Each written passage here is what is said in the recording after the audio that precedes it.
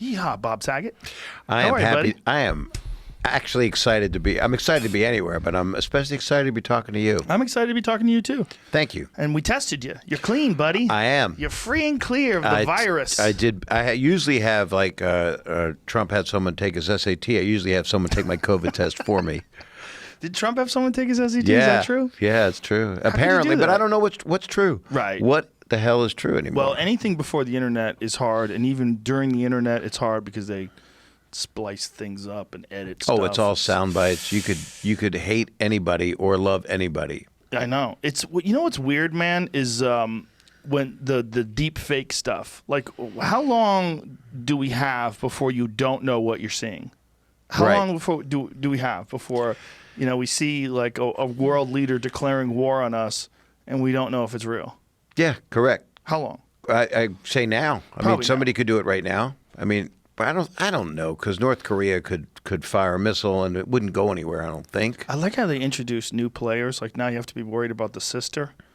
Right. You notice that? Like the evil sister, and she's thin, so you probably think she's mean. She will be. Right? She's going to be very mad. Oh, yeah. She'll be a Karen.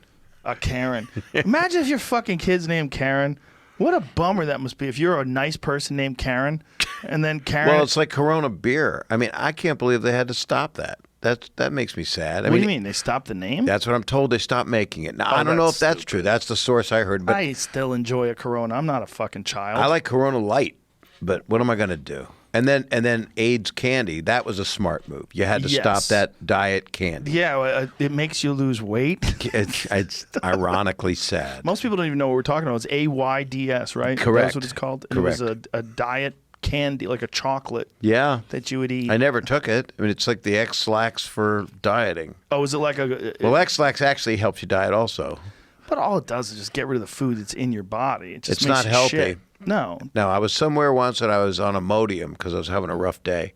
I don't know what happened. That's another diuretic, right? Or No, it's constipator. Yeah. I mean, it solidifies. appetite suppressant candy. Oh, so it's an appetite suppressant. So it's not a. No. What is X-Lax? That's a X-Lax laxative. makes you, it's a laxative. Yeah. It helps you, makes you shit diarrhea, Yeah. explosively if you eat the whole box.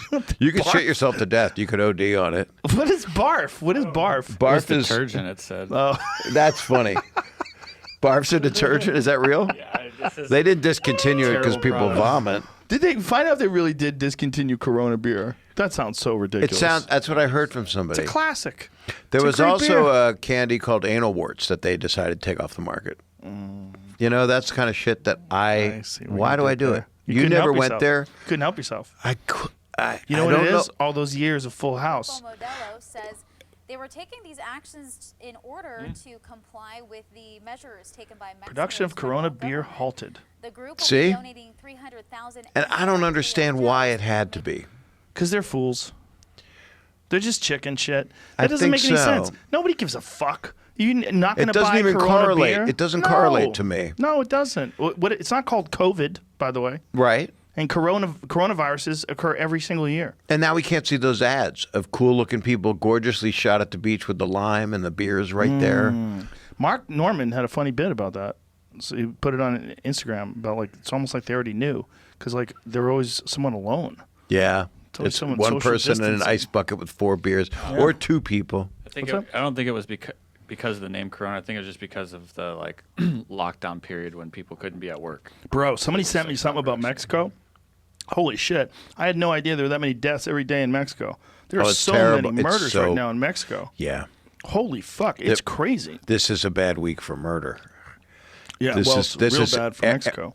Mexico, but all over the states too. It's been Yeah. like crazy. Crazy in New York City. Well, they told cops that, first of all, cops are trying to, they're retiring left and right in New York. And then they told them they can't restrain people by putting weight on them. They can't put a knee on their back or their neck or any other place, and they can't administer chokeholds. And there's all these jujitsu guys who train cops that are, they're like Henry Gracie put a video on his Instagram page. He works a lot with cops, Jamie, Henry Gracie, and explaining why this is a terrible idea. Like, you can't control someone any other way unless you use violence, unless you hit them with things. There used or to you be the tase old them. nut squeeze Is that back in the effective? day. Well, you could meet somebody. Yeah, so he's a warning to Mayor de Blasio. But de Blasio is a fool, man. He's a foolish person. Well, we have to have order, but we also have to have peace. Well, Yeah. I don't know how we are so fucked up right now. So fucked up. It got so far gone in so many of these precincts and so many of these.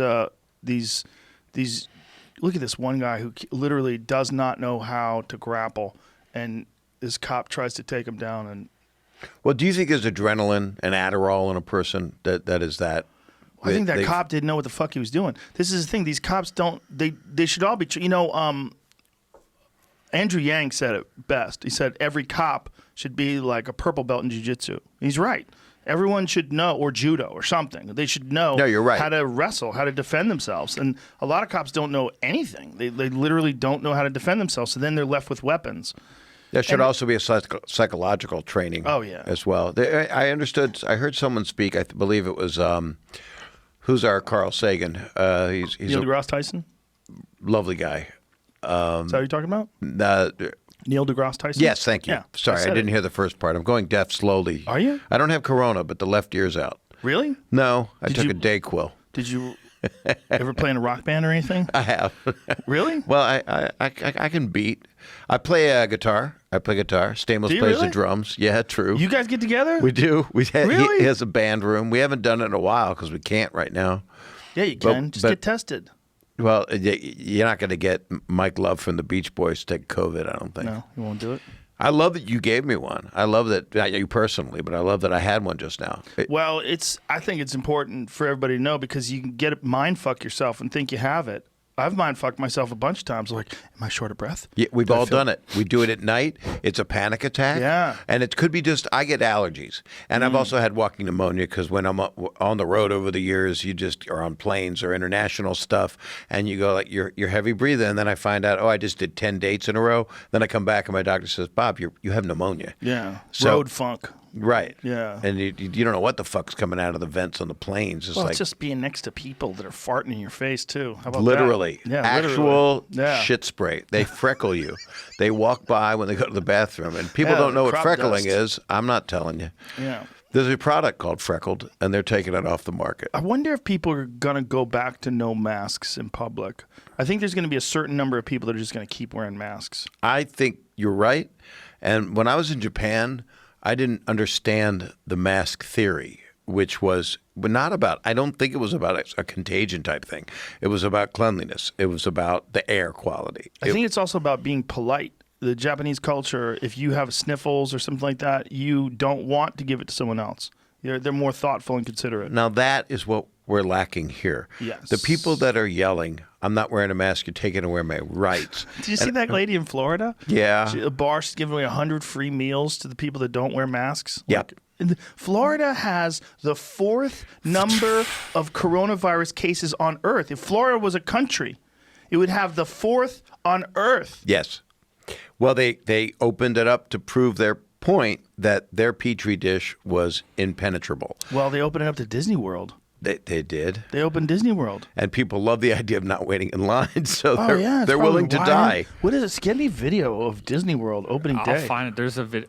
I saw this going around on Saturday that there was some influencers that went because there's a lot of people that on YouTube that just go to Disney parks all the time. Yeah, yeah. And they were saying they felt sick and they just went the next day, and they're like, "Oh, this is fun, but we all of our throats hurt real bad. Oh my God, I think they all have it." Unless they were faking. They're they could probably be Well, there's a trying to lot get of- views. Those And then there's fucks. Splash Mountain. I mean, there's things that there's no way droplets don't come out of you and go into the mouth of the person behind. Do you ever see the movie Outbreak years ago with Yes. Dustin Hoffman? Yes. So there's an amazing shot in the movie. It's a point of view of a phlegm ball. And it's literally follows phlegm. A guy laughs. It's a comedy, of course. Laughs. A piece of phlegm comes out of his mouth. They follow point of view. They do CGI or beginnings of it. And it goes into another person's mouth. And that's how, in a contagion way, that they represented how this thing can travel. And I wear a mask. It was funny when you had Bill Burr on here, who's a mutual friend. People do not understand that I was goading Bill into going on a rant. I was fucking with No, him. they don't- People you- wrote it out like I really don't wear. I have a mask in my fucking pocket. I Me wear one too. every day. No, There. it's funny because Assholes. everything's out of context. Everything's serious. But when That's you're what talking I'm to comedians, trying so hard because I'm a newbie at this. I'm on my 33rd episode. You're on the Hebrew calendar. You're 5,748 episodes. You know, you're 10 years of doing something that revolutionized this. Okay, so I just started it because it was before COVID. I started it because I was doing shows and I'd be in a theater and people would be yelling at each other. And I would go, guys, what are you doing? Or I'd have a bit about prejudice when I was 6 years old, when there was profiling, when there was segregated bathrooms, and I started talking about it. And people would get angry at you, at me, at the world. One guy yelled, "The South will rise again." What? This is pre-COVID. Pre-COVID, the guy yelled out, "The South will rise again." My response was, "Sir, we're in Boston." I was at the Wilbur. He was serious? He was 100% serious. And then they went to tag him, and I said, "No, leave him be. You know, unless someone continues, I deal with it. We deal with it." The South will rise again. In fucking Boston. Well, they've had a long downtime. You know, I mean, you lost in 1865. You're going to rise again? The other thing is, they're pulling down statues, right? So the statues are like, they're like chocolate Easter eggs, Easter bunnies, the ones that are hollow. Mm-hmm. So if a statue to me is less than an inch thick of the lining around it and it's hollow inside, right? I think an inch, it could maybe stay up if it's heavy enough. But if 10 guys could pull it down with a rope and it's made of aluminum, that's got to come down. That's like a Jiffy Pop. It really. Here's the thing about these statues. This is one thing that people need to understand. I'm only laughing about it, by the way, because I'm trying to find humor in what's so chaos. It's chaos. Yeah, and the dismantling of history. Correct. Some of it should be dismantled. Some of those statues should go. They really shouldn't be there, but they should take them and bring them to some sort of a Civil War museum or something like that. But a lot of those statues, there's Genghis Khan museums, right? There's museum pieces on Genghis Khan. He killed 10% of the world's population while he was alive. There's something about those statues, though, that a lot of people don't realize. Like, they were really cheaply made and put up very quickly in response to the civil rights movement. Right. This is what people don't understand. That those aren't like these long-standing homages to these great generals. No, they were in response to the civil rights movement. So they started putting up these Confederate statues. You know, that's why they're made like shit. They were made really shit. quickly. It's tinfoil. Yeah, they're we garbage. could make them. I bet we could. Pie pans. Yeah, we could. But then you go to melt some Grant. aluminum foil. You go to see Grant's tomb or Grant's statue. I mean, it's made of molten lava. Well, they probably want to take his thing down, too. See, the thing is, they want to take everything down. Trump said something, and everybody thought he was joking. Like, what's next? They're going to take down Lincoln. They're going to take down George Washington. And everybody's like, get the fuck out of here. And they're not going to do that. But they are doing that. They are trying to take down George Washington statues. And people are saying you should get rid of George Washington statues because George Washington owned slaves, and George Washington was a white supremacist, and he didn't want to own slaves. He wanted to abolish it, from what I've read and from what I understand. It would be so hard to know. It would be so hard to know, other than what he wrote, and you know, unless you have a fucking time machine, it would be so hard. You're right. We don't even know what history is right now. Yeah, right. We're being fed. I try to watch all news things or none. I try to watch every single channel because I want to see where the world's at. Well, I think that's the worst way to get news is off television. I think you get so much nonsense and so much posturing and virtue signaling and so much bias. Like when I watched CNN, I was watching CNN when they were correcting Trump on these things that he says. And it wasn't even news. It was like this weird opinion piece that was It's tabloid. Yeah, it's all is. tabloid. Fox is tabloid. All MSNBC. There's jewels in all of it, though. There's reality in all of it because you'll get just the right broadcaster, an actual broadcaster and news journalist. You'll get a couple of people that are that on every one of those networks. Yeah. And then you'll get a guest that feeds the beast. Rather than, it's become like South Park.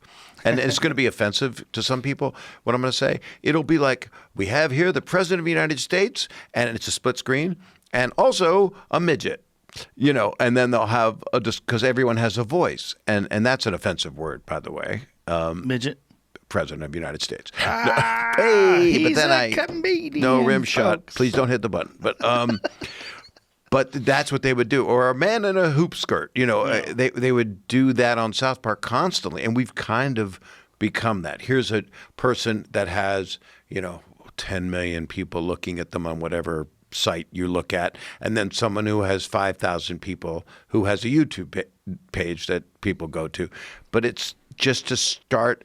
Everybody goes to the news source they want that validates what their opinion is. Or to get angry. You might tune into Fox News just to get angry. Or tune into CNN to get angry if you're on the other side.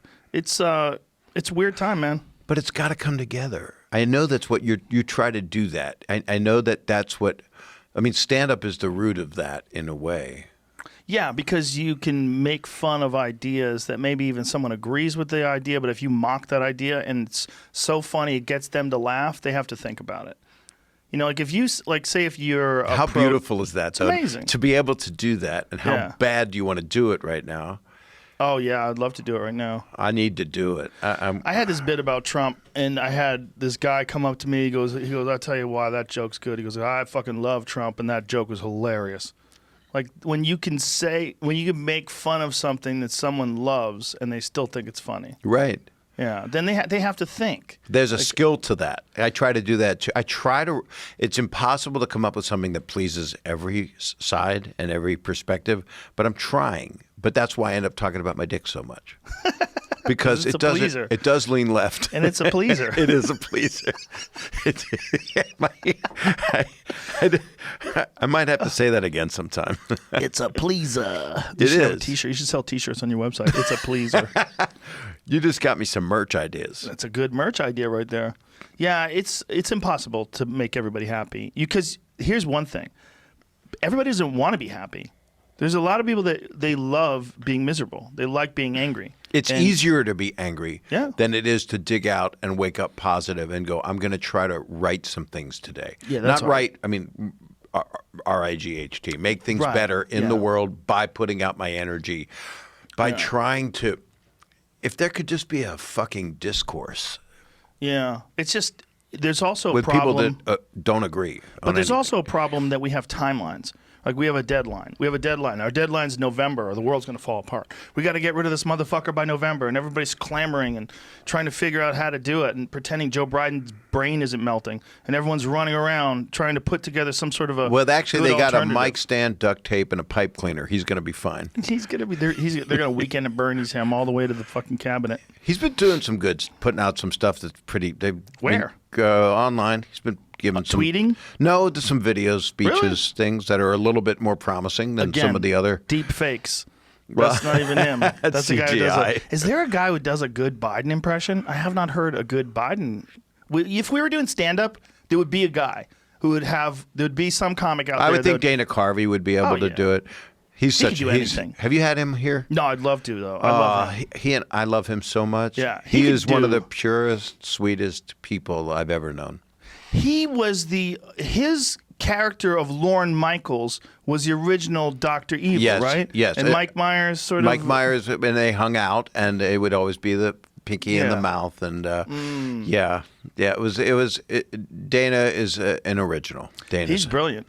Yeah, he's brilliant. We would sit around back when you were, I think you were 6, but we would go to Fab's, this Italian restaurant on Van Nuys, and we would be with our wives. Fabs. He stayed with his wife. My wife and I got divorced, but I have a new wife. Congratulations. Thank you.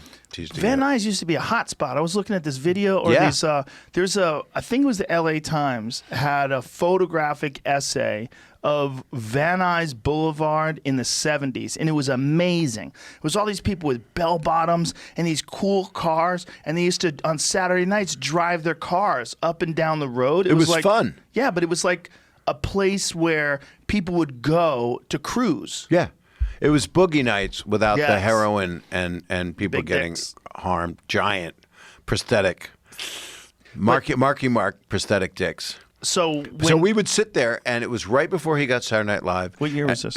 86. It was 1 year before he got that, and before I had been in a Richard Pryor movie. That was the first thing of consequence. And then what movie was that? Critical Condition. You got to work with Pryor. I got to spend a month with him. And I got to hang out with him because I was one of the hosts at the store for 8 years. And you got to work with Pryor when Pryor was Pryor. Well, it was after the fire.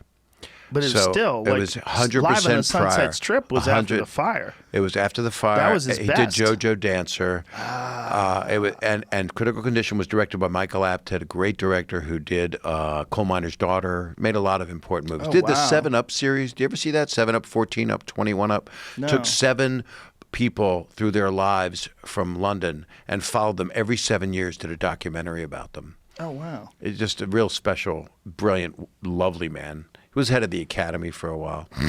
Anyway, so what happened was, but working with Pryor, we were, when you're doing a movie, we were in a shower stall in an old hospital, and it was supposed to be Rikers Island or whatever the hell that prison is up there. Is it Rikers?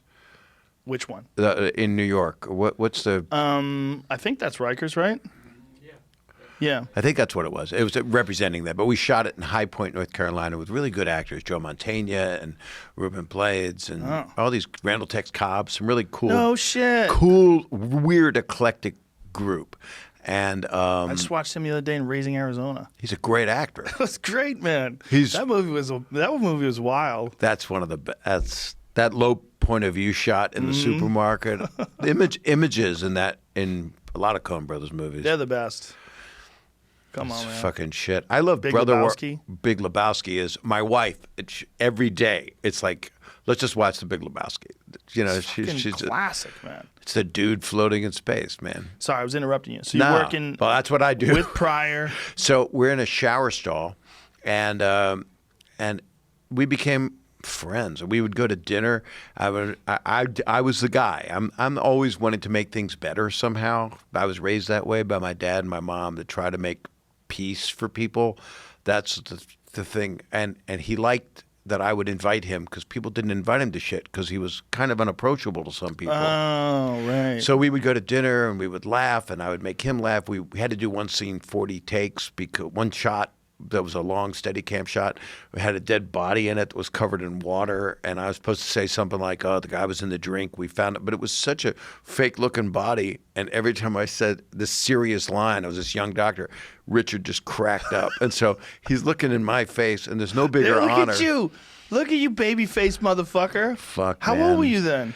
26, 27, Wow. and Wow. that was a good scene. That's Ruben. Wow. I remember all of this. He and I. So he couldn't. The fact that he couldn't look in my face and kept laughing, and it was a serious scene. Do you know what an honor that is? Oh, man, So the that's guy amazing. that was an idol. So I'm sitting in the shower with him, and he shows me this thing. This is graphic. He shows me this scrubbing brush, and one side's soft, and the other side's just bristles. And he says, I don't think he'd mind me telling you this. I always think about when you talk about someone that you love that's deceased, would they be okay with what you're saying? So it's not TMZ garbage. So he would take the hard scrubbing part, and he said, this is what they took my skin off with. After the fire, they had to scrub my whole body with this shit. And I just sat there, and I remember crying. I think there was the combined empathy, and then I told him of like my sister that died, and then he was telling me, you just get close with people. And then one night I didn't invite him to dinner because he'd had a hard day, and he was mad at me the next day, and I was like, oh my God. So he was enjoying. So I said, but he was in a rough place. He was he was Yeah. he was a complicated human, but I remember saying to him, because when you're acting, you're just, I don't know, I was green. I said, so you're upset with me. I'm so sorry. This means we're friends, right? Because I upset you, right? And then we went to dinner again because that's like. He's the classic complicated comedian, right? Yeah, Classic. with the hardest shit. Drug addiction, all the chaos. Growing up in a. Yeah, everything. Poor Growing house. up in he grew up in a Brothel. brothel. Yeah. I mean, that's his headshot on the wall over there. Yeah. Yeah, I mean, I think he was 19. And he was when they- doing the button down Bill Cosby way of doing stand up. Yeah. But it's still, when you look at, everybody goes, oh, he went and flipped like George Carlin, and all of a sudden he was a different guy. He was still the same guy. You still saw, even though Cosby, I know, was mad at him because he thought he was lifting some of his stuff, but Cosby would get mad at a lot of people, but he's doing fine now. Well, I think everybody starts out in imitation of the people they really love and respect.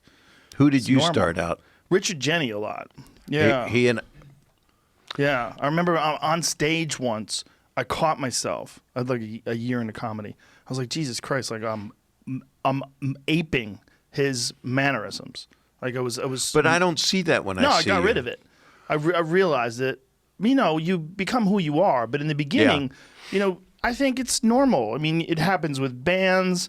You know, look, Stevie Ray Vaughan was deeply influenced by Jimi Hendrix. It's like, Yeah. you and then he became Stevie Ray Vaughan. Even when he does Voodoo Child, like if you listen to Stevie Ray Vaughan's cover of Voodoo Child, it's Stevie Ray Vaughan.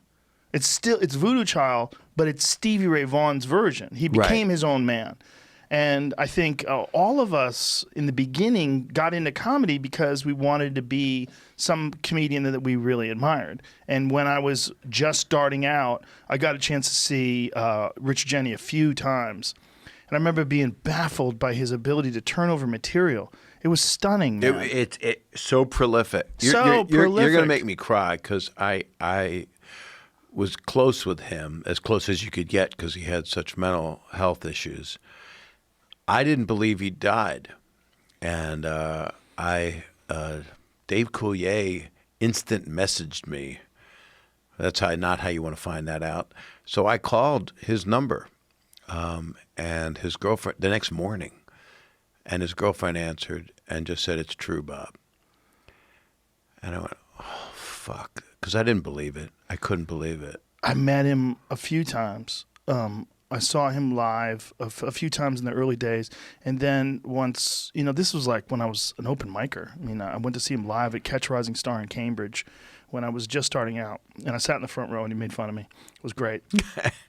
Because I had seen him on The Tonight Show. That the first time I'd ever seen him was on The Tonight Show. And he did a bunch of appearances on The Tonight Show. And then I'd seen one of his TV specials, one of his hour specials. And then I got a chance to see him several times. And I've told the story. Forgive me if you heard it on the podcast, folks. But we were at Eastside Comedy Club. And he had just been there. And the host was I got there like Saturday night after the Late Show. And the host was like, he did 4 different hours. He did 2 different hours Friday night and 2 different hours Saturday night. And murdered. And they were like, Jesus Christ. And this was me. I was like 3 years into comedy, and I remember thinking, God damn, that was so impossible to even imagine that someone could be that good. And then I got this chance to see him a year later at the Comedy Works in Montreal as a part of the festival, the Just for Laughs festival. Yeah. He was in that little. You remember? You ever worked that place, Jimbo's place? No. No. I Oh just my did God. I did a show there at the Place des Arts for some broadcasted show that I hosted. Jimbo, the guy who owned the club in Montreal, had this little tiny club that was upstairs. He had a great bar downstairs. Yeah. Yeah. Yeah, It's like I did it the 100 night seats. before. I was there. Yeah, I was there. That's where you go. Yeah. The night before anything. I did Yeah. it with Jim Norton and I did it with Norton. Yeah. and Brewer. Yes, I did it with Brewer too. Yeah. Yeah. It was fun as shit. Oh, I it was was the going, best. what the fuck am I doing? You can't always play gigantic. Well, you're taking over the world. I like little places too, man. Though I love. But you little play places. spaceships now. I play big places, but I still. I admire the fuck like out of what you're little doing, by places. the way. Thank you I very have much. to tell you that because, there's like 5 people. Kevin Hart thinks he's 2 of them that can. But, comedy rock star shit. Yeah, I subscribe, Well, he's doing it. And you're doing it. And to be on a thing with Chappelle and to be able to do that and to be able to go out there, especially where we're at right now. And this is there's nothing on my nose right now. I'm just telling you the truth from my heart.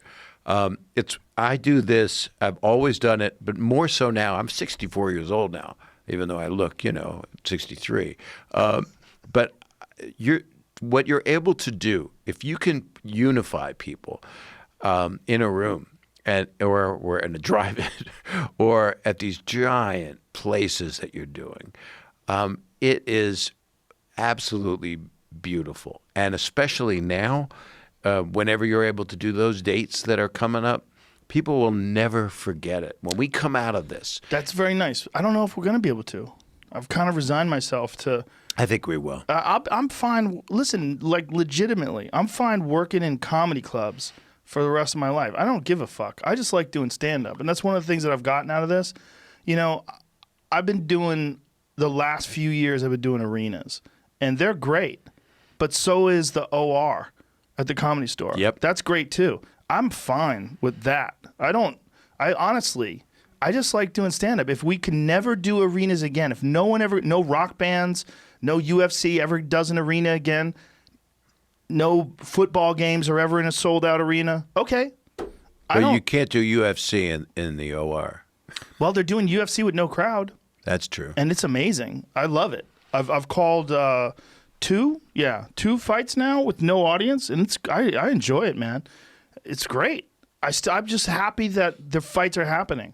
And like when I did shows in Houston a couple of weeks ago. Yeah, I was talking to you. Yeah. Wanted to talk to you about that. Yeah, So- me, Tony Hinchcliffe, and Brian Moses. We did the Houston Improv. We had a great time. First of all, It's a great room. it's a great room. I was and- supposed to go there, and I had to not because of what's going on now. Yeah. But you went in. I was like, wow, brave motherfucker. Fucking, we wanted to. We just wanted to. You know, first of all, I missed doing shows, but I miss hanging out with comics on the road. It's Yeah. fun, you know. And My buddy Mike Young, we always Sure, I know tour Mike. together, and it's like with my brother. You know. yes, it's fun. And that's the big thing is like touring on the road with people you love. It's the best because like Moses is the best. I love him, and I don't I know love him. Tony. He hosts Roast Battle. Oh, I know. He's great, and I love Tony's one of my Tony. best friends. So it's like to be with these guys. We were just from the moment we saw each other, we'd go to restaurants, we'd do shows. It was all smiles and laughs. Yeah. Like, holy shit, we're doing stand up again. This is crazy. Moses had done the weekend before. He did. I forget. Oh, he did American Comedy Company in San Diego. He did that place, which is apparently was open, and now they're closed again. They closed La Jolla again, too. They were doing the La Jolla store. Sorry to hear that. Well, you know, they got to take precautions. Listen, man, I was pretty nonchalant about it in terms of, like, not worried. But as more time has gone on, in terms of, like, getting sick, my fear is getting somebody else sick. That's number one. Well, that's the key. That Is scares the the shit out of empathy. me. That's what's fucking lacking, and that's what's lacking from our administration. That there's empathy. We need empathy. Well, we were talking about that earlier. We were talking about Mary Trump's book. I read some passages out of it today. I haven't read the whole book, but I read this long piece on it about Trump's Was she close childhood. with him as a kid when she was young? I don't know, but it's his niece. Her brother was his, or her father rather was his brother. And you kind of understand. I mean, if she's being honest, and I assume she is. First of all, it's very well written. She's obviously extremely intelligent, like very eloquent. Like the way she's writing it, and I believe she has a background in psychology. And the way she writes it, it's not like a hateful thing.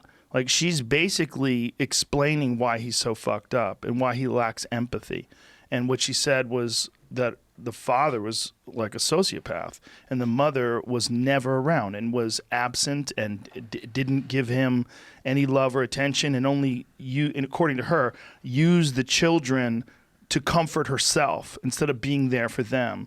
And that he developed this narcissistic, self-centered personality in response to that. And that his father would any time he showed emotions or any time he showed need, his father would cast that aside and squash that inside of him. That's very clear. Yeah, so he developed this. That's the thing that's most disturbing about him. When I talk to people that are fans of Trump and they say, why aren't you, like, what do you least like? I go, first of all, I don't understand the economy. So when people say he's good for the economy, he's good for business, is that short term? What does that mean long term? That was pre-COVID. Yes, That's of all course. that Well, was. The world's fucked economically post-COVID. He We don't is even not know. the president Right. for where we're at. Right, but the thing that bothers He me could most, adjust if he would. but he's not capable. The problem is the lack of empathy. Like when he would when he talked about John McCain, he said, I like soldiers that don't get captured. Remember that? Yeah. That is a crazy thing to say to a guy Well, who's a war hero. I mean, it's funny. You're laughing at it because you're a comic, but Oh, I'm laughing at it because of it's ludicrous. it's ludicrous. Yeah. I mean, I'm not laughing at. Well, not only I mean, that, it's horrific. this is a guy I who unfortunately deferred. will be the first person to laugh at the worst Gallows Of course, joke. you're a comic. Right, and then it'll get misquoted, and then I'm a asshole. Right. And you've been misquoted lately. Yeah. Terribly. There's no way around that. No. Especially in this day and age when they could redefine you with something out of context. But the point is that what it shows, the lack of empathy is the last thing we need right now. Well, we need empathy. We need someone who can say something that calms people down and brings us together and inspires us, man. People need inspiration, and we need to know and understand that we are all in this together. And we can go forth and pretend we're not and keep burning buildings and keep going crazy and screaming in the streets for the heads of politicians and kill the cops and all that crazy shit. Or take your mask off. That's my fucking right. And fuck you. He wants love. That's the crazy part. He wants to be loved. He thinks he's Don Rickles. He wants to, when he puts people down and say punch him in the mouth and stuff, he's trying to be that guy. I've known people like him who are just assholes. Yeah, but Don Rickles wasn't an asshole. That's why it worked. He was like a dad to me. He was a lovely guy. That's why it worked. When he would shit on you, it's like when guys who it's are a really gift. It's like the Pope. Right, exactly. Like, when guys, some guys can shit on you, and look, that's the beauty of Roast Battle. Right. Brian Moses' show. The beauty of Roast Battle is these people are shitting on the most embarrassing aspects of each other, and they're both laughing at it. And it's great. And that's what Jeff Ross, that's his whole theory is I only roast the ones I love. Yes. Which comes from the old Friars and the old maskers before that. And that's Ross's thing. I mean, he loves those. Back Buddy in the day, Hackett and all when that. we were in New York, he would be like, I'm going to the Friars Club. You want to come? I'm like, what the fuck is wrong with you? You're going to hang out with a bunch of old dead men? Like, that's how I looked at it. And how much fun did you have? I didn't go. Oh. But he was always that guy was my you point. really didn't want to be with a bunch of old dead men. Listen, man, back then in particular, I was crazy. Like, this is what me were you at doing 24, at the time? 25. Oh. I had just stopped fighting. I was just no longer competing. So I still had like this maniacal mindset. I was a crazy person. I just wanted to play pool and go stay up all night, and I didn't want to hang out with a bunch of old. Yes, I didn't want to hang out with a bunch of old dudes. Right. Old dudes and listen to some old jokes and listen to them talk about the Jackie Gleason show. Like, no, gotta go, bro. The only thing always loved I had it. one fun experience that Jeff took me there for lunch. I go there. This is maybe 15 years ago. I think I was there because I was doing the Jack Black roast, which was at the Hilton. I was the host. I was the whatever you call it, the MC, the roast master. Yes. And so Jack was being roasted. And it's for charity, and so I go there, and I hadn't been in the Friars, and I sit there, and I'm just sitting with Jeff, and I get the phone. There's a phone next to me, and the phone rings. They go, Mr. Saget, the phone's for you, and I pick it up, and a man goes, look to your left, and I look to my left, and it's an old Jewish guy with orange hair, and he goes, fuck you. I went, what? Who was he goes, well, Red Skelton? I don't know. He day? looked like Red Buttons. I don't know. And I go, what? Do I know you? He goes, fuck you. Welcome to the Friars. And he hung up. That's hilarious. And that to me was kind of cool. It's probably a COVID petri dish now. I don't think so. Those guys don't make it. I think it's long gone. Enough I think the Friars Club is gone. Yeah. I would have loved, like, now, as a person who like appreciates the history of comedy, I kind of wish I went to one of those things just to see what it was like to hang out with those guys. I got to meet Red Skelton once. That was pretty cool. That's really nice. That was at an NBC event back when I think I was on Fear Factor, but it was cool to meet him. Did you enjoy that Fear show? Factor? Yeah. I enjoyed the money. That's all I enjoyed. I enjoyed the people I worked with. They were fun people. What year was that? When did you start? 2001 to 2006. I enjoyed some of it. I enjoyed like when nice people won. I enjoyed like helping people overcome like a situation where they were really nervous, and I could coach them and talk them through, because it brought me back. Like I used to teach martial arts, and I used to coach a lot of kids in particular. I'd bring them to tournaments, and I would train them, and then like these 14, 15-year-old kids, I'd take them to tournaments, and they'd be fucking panicking, and I would talk them through it. And I would say, you're going to get through this, and you're going to be a better person because you got through this, because it's so scary. When you get through something so scary, you become stronger. And this is something you just have to go through. And if you just shy away from this, you'll shy away from this your whole life. But you can get through this. Other people have done it, and you can do it too. And I took a lot of that over to Fear Factor. And that's what I loved is those moments where you would see someone overcome and then they would be so happy. And then I'd be so happy too. I cried a bunch of times with people. That's why you're so good on it. I was doing the video show, and there were things I was like, well, this isn't my personality. And other times I would go, okay, people are flying in. They're being flown in to L.A. They made a video of their kid reciting all the presidents when he was 2. Right. They're all there, and then I go, and what are you going to do with the $10,000? And the father says, I'm going to make a down payment on our first house. And the guy's like 50 years old, and I'm like, I'm glad I got this job right now. That's when I go, it was worth to see all those people get hit in the nuts for no reason. Yeah, that's like there's moments in these competition shows where you really do feel like the world got a little lighter. Like people got elevated when you see someone win. You know, when you see people win things, when you see people, I love watching people do better. I love watching them overcome. I love watching them go through some difficult thing and figure it out and get through it. And the feeling of relief and of just watching the adulation and everybody's cheering and they're like, yes, and I the did surprise, it. and Yes, yet the producers know they've got something special, but will it deliver? Howie Mandel's a dear friend forever, and he's on America's Got Talent. So here's a show that I always was against competition shows. I wouldn't go on Star Search when I was broke. I just didn't believe in comedians competing against things. Yeah. And then, did you ever go on any of those competition things? No, I didn't. So I'm watching America's Got Talent, and they have a handicapped person come out who sings just like you've never heard anyone sing so good. And then you see the true joy in the people. It's not just showbiz bullshit selling something. Right. And that's that feeling. That's you came from something that you never, it's a dream fulfilled. And it's about the human spirit. The human spirit. Yeah, that's real. I mean, it's so fun to be cynical for some people and to shit on that, but some of my favorite moments in life. I used to be more cynical and shit on it. It's easy to be, especially as a comic when you're struggling, when you're making your way through we joke about the worst things. A lot of us are bitter. A lot of us are jealous. I'm not bitter, but I do joke about things I can't do it. I know. I need 2 minutes to tee up some horrible joke and then 3 minutes to get the fuck out of what I just did. And that's going to continue because I can't not say stuff. It is a part of being a person who's a stand-up comedian. That you know that there's a thing you're not supposed to say, and you're going to say it. And if you do say it, you know I'm going to laugh, and you're going to say it, and I'm going to laugh. We're going to go, you motherfucker! I can't believe you said is that. It because I've asked this of many comedian friends and people. When do you think? I mean, is it the teenager in us? Is it that guy that's being told don't do this?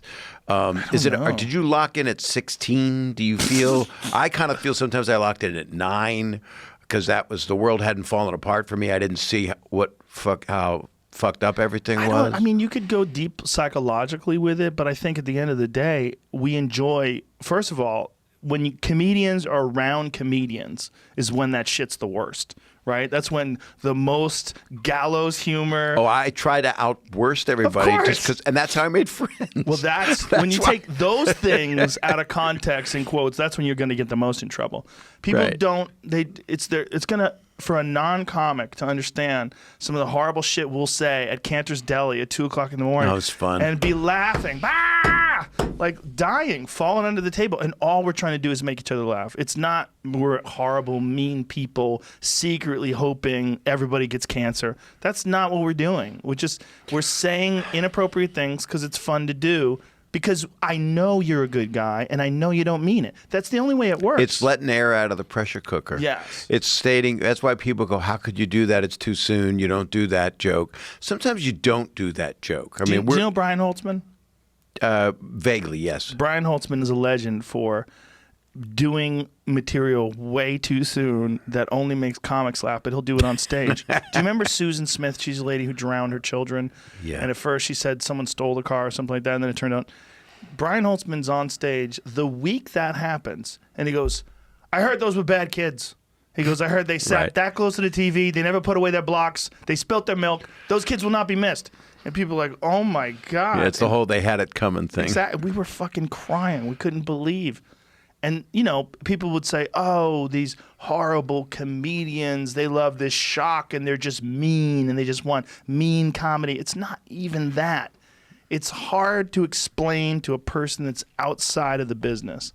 But to me, like if I'm around Jeff Ross and something like that happens, I expect that he's going to turn to me and say something fucked He up. wants to be the first person to say it. Of course. And I go, Jeff, no. Yes. But I'm saying no with love. Yes, of course. Of course. Kinison, I actually, I'm going to date myself. I don't have to now because I'm married. That's the kind of jokes I shouldn't do. No, that's the ones but I know as I'm saying them, but I still say them. Can't help it. It's a dad joke thing. Yeah. Bill Burr said to me, he was a guest on my Nubile podcast, and Bill said to me, you know what your act is, Saget? He said, your act is all the lines you couldn't say on Full House, and you just say fuck all around it. That's what your act is. And I went, what? What do you say? And then he pummeled me for 20 minutes, and I fucking loved it. And then I attacked him for like 10 minutes. But he's one of the best people. He's one of my favorite people He's ever. one of my favorite people on the earth. He went to I just my love wedding. to wind him up. Oh fuck! I had 9 stories to start, but that's why I'm so happy to be doing this. Thank you. My pleasure. Thank you. I haven't talked to anybody. I know you've been stuck, right? Well, I had a Zoom last night, night before, with Norman Lear and a bunch of musician friends. And, Oh, wow. And we talk about the world, and we talk about what the fuck are we going to do, and it's just interesting. And we would do it in person. We'd all sing songs for 4 or 5 hours into the night and have different friends show up. Stamos came, John Mayer came, Dave Koz always comes to it, and it'd be music. You play, right? No. I thought you were a musician. No, zero musical talent. But you Zero. love. I love music. Love it. Yeah, but it's one of the things I love about music is I don't know how to do anything. I don't know how to. I mean, I love it. I can just enjoy it. You should know? start a band, though. Just for the fuck of it. Nothing. Yeah. Yeah. Just get like 3 people that can't play. No, I'm a bit too busy. But I do love music. I love it. One of the things I love about it is the fact that I have no skin in the game. It's like I love comedy, but I do it. So when I see someone make a great bit, part of me is like, God, I wish I wrote that. Right. I get. You know what I mean? I don't get jealous, but I go like, fuck. Yeah. Or I'll see it and go, wait, I did that 20 years ago. Well, there's always that, right? There's always parallel thinking. But the other thing that gets me is like if I see someone really kill, I want to go home and write. It's like I get inspired to create. Yeah. Whereas music just makes me happy. Like I've had like my friends Honey come in here and play, and Gary Clark Jr.'s been in here, and Wow. Everlast has played in here. Like I've had a bunch of people play music in here, and there's something about watching someone do something that you have zero talent in. It's really special. It's Well, like, I think comics really do. We want to be musicians. We worship music people. some. I mean, yes, not all of them, obviously. Yeah, I never had any desire to be a musician at all. Zero. Bill None. Burr plays the drums like he's a good. son of a bitch. Well, I was going to say something about him. I finally did something that actually stayed on topic, I think. He came to my wedding, and then he had to go do a gig. And he does the gig, and his wife stayed, and he comes back in a different outfit, like a pink jacket. He left my wedding and is such a good friend. He came back again because he was so happy for me, because who the fuck else would want me than my wife? And he's just I was there in Philly in Camden at the Tweeter Center, it was called, when we were on the Opie and Anthony virus tour. So it was Tracy Morgan, myself, Louis C.K. Is that the one where Don Herrera got heckled and he went on and he literally attacked the crowd? It made Bill Burr a legend. That was when Bill, I was He roasted standing there. Philadelphia. I was standing there. I was under the fucking monitor, right through the curtain that I was going to come out. I had the sweet spot. Bob will do like 25 minutes in the middle because I was just a bitch. So then they put me there, and it was a sweet spot because you take a lot of bullets coming up with a Philly audience, and a Jersey audience. And Bill, I'd known him, but I'd known him through clubs, but he got out there and they were booing him. and he's so fucking awesome. The way he's made that whole fucking Boston brilliance, and he just started to pummel them back and said the worst things you can say, every inappropriate thing you could possibly say, talking about their cheesesteaks and the Sixers and just, the thing you saw. Yeah, I've seen it. And I watched it and I'm like, this is fucking great. Fuck and fuck the Liberty Bell. Exactly. It's 15 minutes he did it. Yeah. And at the end, the boos were as loud as the cheers. I think he got a standing ovation. He didn't see it. Oh. He comes off stage like a fighter. He's all sweaty. Did you see that? It was fucking horrible. What the fuck was that? I went, Bill, that was great. Are you kidding? That was fucking amazing. No, he killed. He killed. And then he still didn't believe me. And then I said, you're going to remember this. You don't know what just happened here. If there's a tape of this is going to change. You don't even know.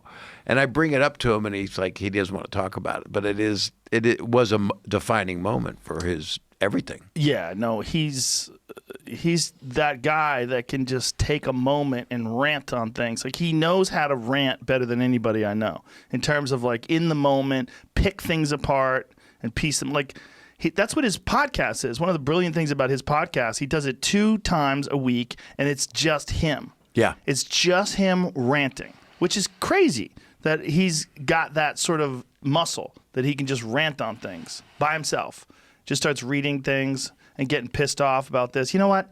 Here's what the fucking problem is. And then he just goes off. And what's amazing is he knows what you know, what I know, that he's not alone. He's talking to Yes. all of it. So he's ranting to people that love him, and he knows they love him. He's comfortable. And he loves people. Yeah. He's one of the sweetest. He's a great guy. But He I love does winding something him up. that Chappelle does that I find them both so brave, that they know where their A point is and they know where their end game is. That's really well phrased. But it's like they dive into they make a statement, then they dive into a pool with no water in it, metaphorically, and then They know where their exit is. they know it. And the exit comes out strong. And Yeah. it's amazing. Yeah. And That's the sometimes key. it's not quite as close, but then they still know how to fluff the final. Well, they But both it's know how brilliant. to take a subject, and I mean, it's one of the cool things about being at the store is you get to see like the beginnings of those bits that a guy like Chappelle or Burr or anybody will start out and then flesh it through and figure it out and then tighten it up, and then by the time they're filming a special, it's a weapon. I got to go there more. I was starting to come there more. In fact, you were Well, it's nice closed, enough to Bob. bring me up. Oh. Yeah, it's close. I There's a meant disease just come, out. You know I about meant the come there more. disease. A lot of people in the back of that store. I got stories. I bet you do. Disease stories. No, people are fucking there. Do you think Kinison, I got Kinison his first spot at the store. you got him his first spot? Yeah. Like you I were told there the Mitzi- first time he went on stage? Yeah. I met him What in year is this? long time. 80 I didn't have a gig. 83, 84, I don't know. Well, and that's crazy because 86 he was famous. Yeah. What happened was this. So he'd already been teed up for Mitzi to watch, but I had set up I told her to watch him. I met him in Houston, and he was kicked out of the comedy workshop in Houston because of the shit he would say on stage, because he had been running his, tent show of faith healing with his brother Bill, and they told me some real fucked up stories about shit they would do. It was a bit charlatan and a bit trying to help people, but also talking about Jesus quite a bit. And he was cynical about it, but also very confused, very conflicted about it, about what is it? Because in his dying on the ground, supposedly, he looked up at the sky and was talking to God, is what Bill tells us. When I met him, Carl LeBeau says. Carl LeBeau was there. Carl was there. Yeah, Carl was there when it happened. That's a whole complicated non-story right now, because It's a heavy story. It's very fucking heavy. Yeah, their story is very, very heavy. I was around. Yeah. I was around for all of it. I was there in the building for those 6-7 years. So what happened was, I When I met him, you would have had the same response. He goes, "They won't let me work here." I met him at the comedy workshop. Meet me at 1 PM.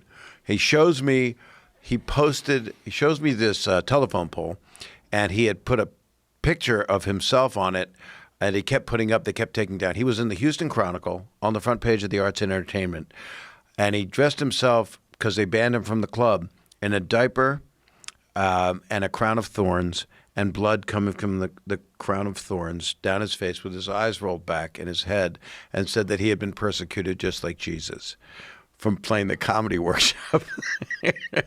But it's pretty fucking heavy, you know? And he had made it quite a name for himself and had a following there.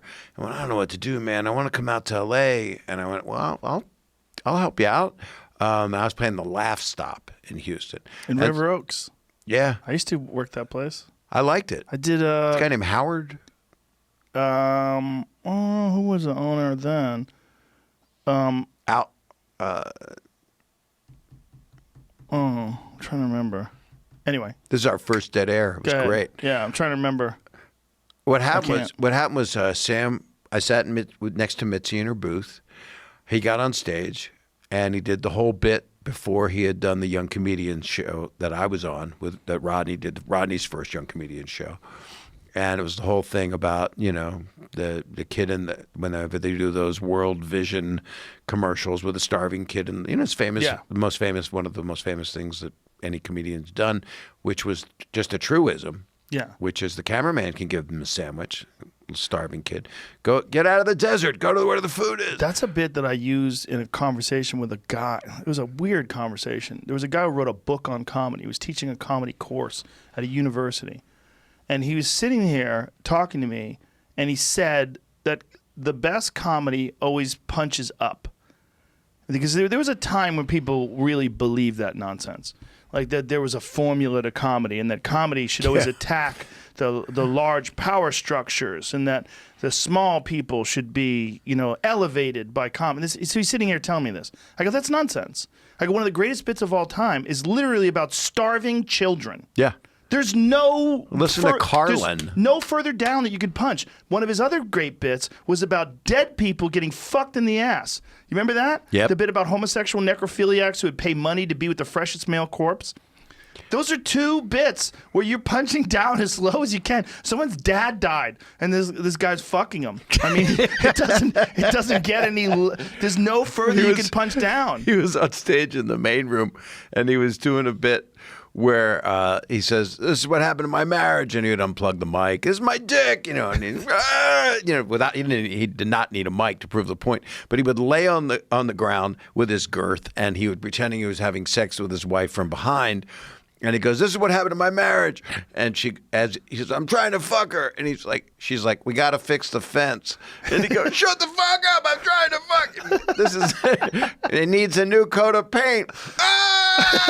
You know, but we can't, you know, you can't do that now, really. I mean, you could if you were Sam. He could do it again. He could if do he it. was alive now, he could do it. First of all, he was uniquely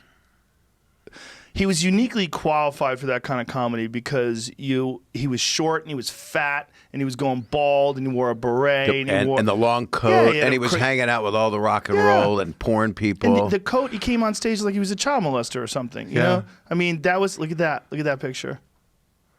That's him and Bill Hicks. I love Bill. Wow, that's a crazy picture. Bill was the sweetest, most timid guy. Does Bill have his nails done there? So he's got nail polish on. What's going on with his tips? Oh, it's the shadows. But that was... Sam was a sweetie then. So when you see him then, I mean, when you go on stage, that was part of why it worked, you know? It wasn't like, you know, if he was John Mulaney and he had that act, you know, handsome and slim, that, you know, hard to pull off. Right. You had to look like you got fucked over. He looked like he got fucked over. And he did. And he did. And he did. And he was doing faith healing shows. And they told me a story where he had been, I wasn't going to tell it, but it's fucking weird. Yeah. So they're healing people. So they're in some godforsaken place. I don't know where. And he goes, "Come up here and we're gonna heal you." And like a 7 foot tall guy with drawstring pants and a T-shirt. Said he was like Lenny from Mice and Men. He was mentally impaired. He said he was going to come up and he was going to do the whole thing with him and get out the spirit and all that. And as these guys coming up, he runs up to the stage and he's so tall he hits his head on a beam and he splits his head open, but he doesn't fall down. Bill, his brother, will tell you this story. And the guy's pants fall down, and he had the biggest dick in the world. And so his head is gushing blood, and his dick is swinging. And he's going, oh, oh, like young Frankenstein, Peter Boyle. And it's horrifically upsetting. And the way it's been told to me, I don't know if these stories whisper down the lane, is that they went back to the same place after a while. The guy came back. And he had some other mishap. I don't want to say he hit his head again, but he fell. He was the same guy just trying to have a redo to get healed. Oh, God. I don't know what's more embarrassing. Well, if your head gets split open, but the whole room can see you've got a giant cock, maybe it's a blessing and a curse. I don't know. There's probably a few gals that hit him up after that. But drawstring pants means there's not a lot of cleanliness down in the junk. Well, you could wash them up. If you're a gal looking for a big dick, like there it is. Or a guy looking for a big dick. Or maybe a guy you can trick into fucking you. Yeah. That would be the Yeah. move. Or Because you could play not that bright. like you do with a bat in baseball. Just right. See who have him gets for the bat. that. Yeah, See who gets the first at bat? it's the top. It's that. Make that sound again. I can't. I don't know. And I can't roll my R's either. But can't? then the answer to Kinison, how quick he popped, was after that set, like a week later, Rodney came in to see him. And I'd known Rodney. Rodney liked me. I like you, man. I met him in La Jolla. He came up to me. You're funny, man. You're a Jew. You're never going to be happy. You got a fast mind. You're all fucked up, man. You're never going to be happy. And he was trying to clean up at La Costa. And he comes in. He goes, I can't do it, man. No booze, no coke, no pot, no pills. I can't do it. And he's with two women. And and I hung out with him all weekend. He kept coming to the condo and hung out with me. And Kinison, he saw Sam, and I love this guy. So I do the Young Comedian special on HBO. I had a great set right before Sam. I had a 15-minute set. Sam had a 15-minute set. I was in it for 3.5 minutes. Sam was in it for 15 minutes because it was a monumental. It was, and then a year later he was in back to school. Yeah. So that's why it was a 3-year deal with him. That's crazy. And he was a sweetheart. When I was 19, I worked as a security guard at Great Woods Center for the Performing Arts in Mansfield, Massachusetts. Right. And Rodney was there, and he was backstage. And I was like, I didn't get a chance to meet him, but I was backstage. It was like a hallway. It's hard to know if this is a real memory because when you're 19, your brain is mush.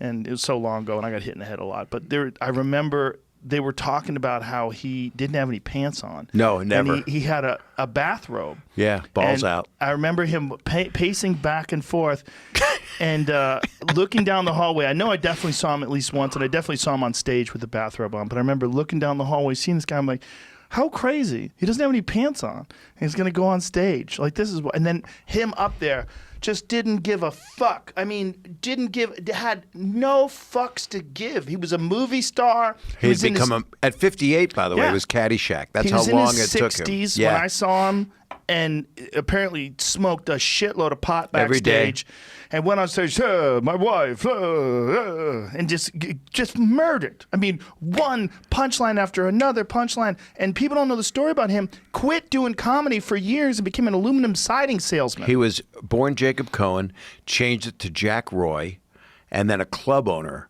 called him Rodney Dangerfield. That's how he was named by a club owner. Wow. What club? I don't know.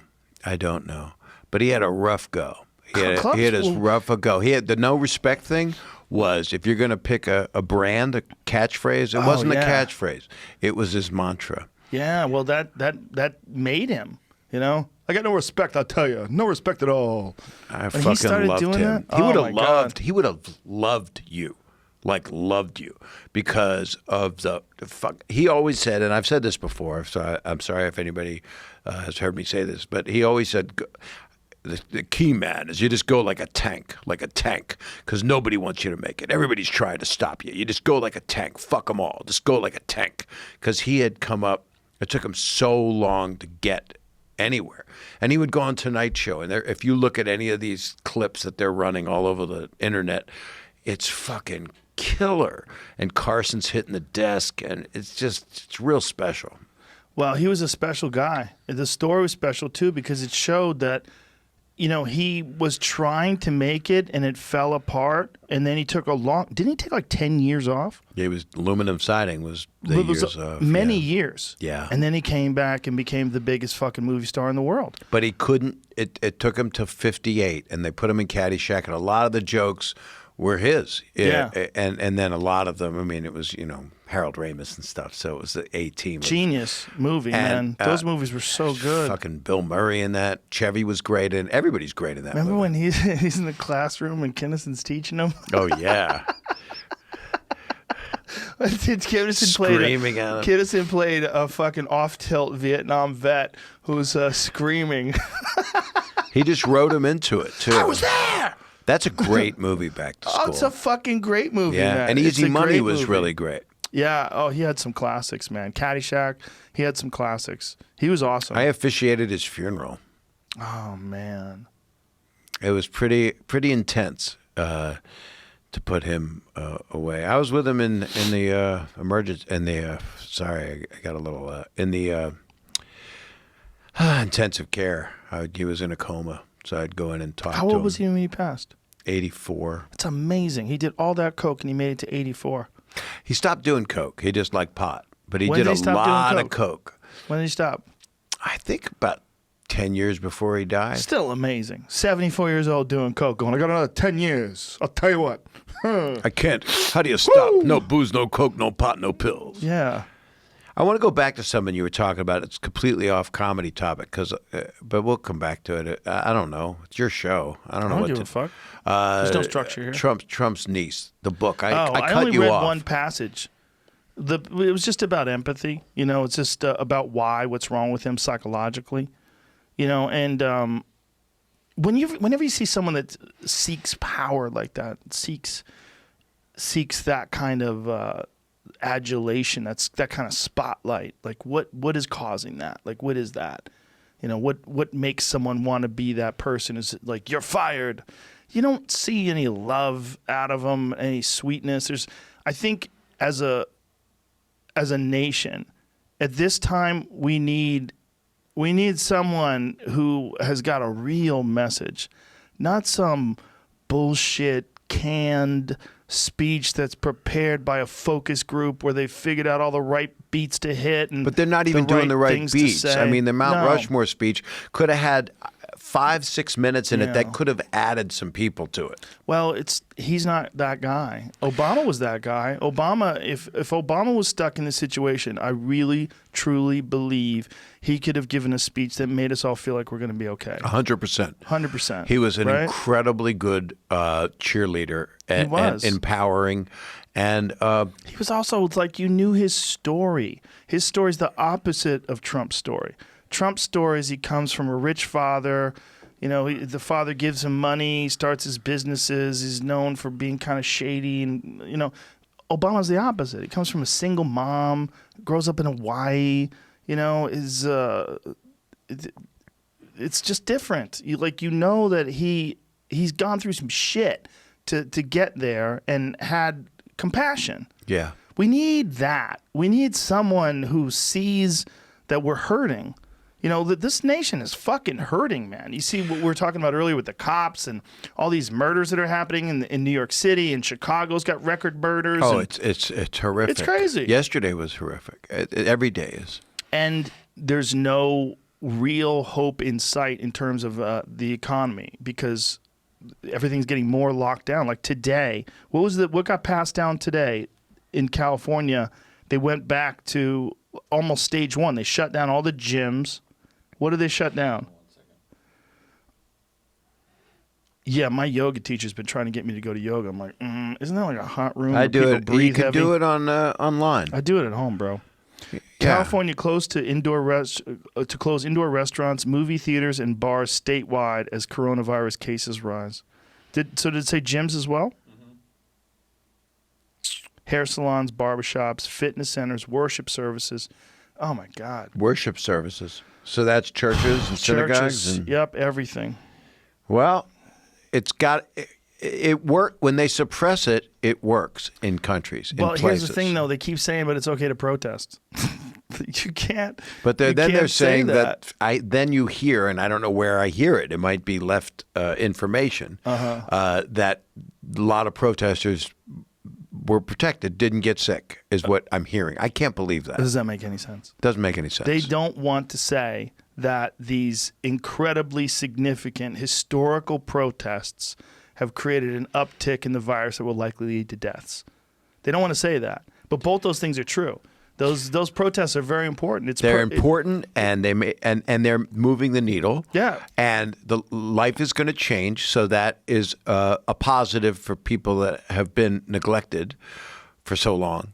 But it's all at once. It's like some fucking supreme weird litmus on the whole universe. It's like, and I don't think it's over. Sci-fi. I don't think it's over. I think we're going to get hit with a couple more wacky moments. Yeah, well, the meteor, that's not far. Or a solar flare that takes out the power grid. We just don't want to lose our Wi-Fi. That's all that we care Oh, the about. Wi-Fi is first to I go. thought this was germ warfare, is what I thought this was. I didn't think this was. And wet markets are open again, is what I'm Well, it's hearing. not from the wet market. That's what I want to know. Talk to me. All indications seem to point to the fact that this was a virus that had been manipulated.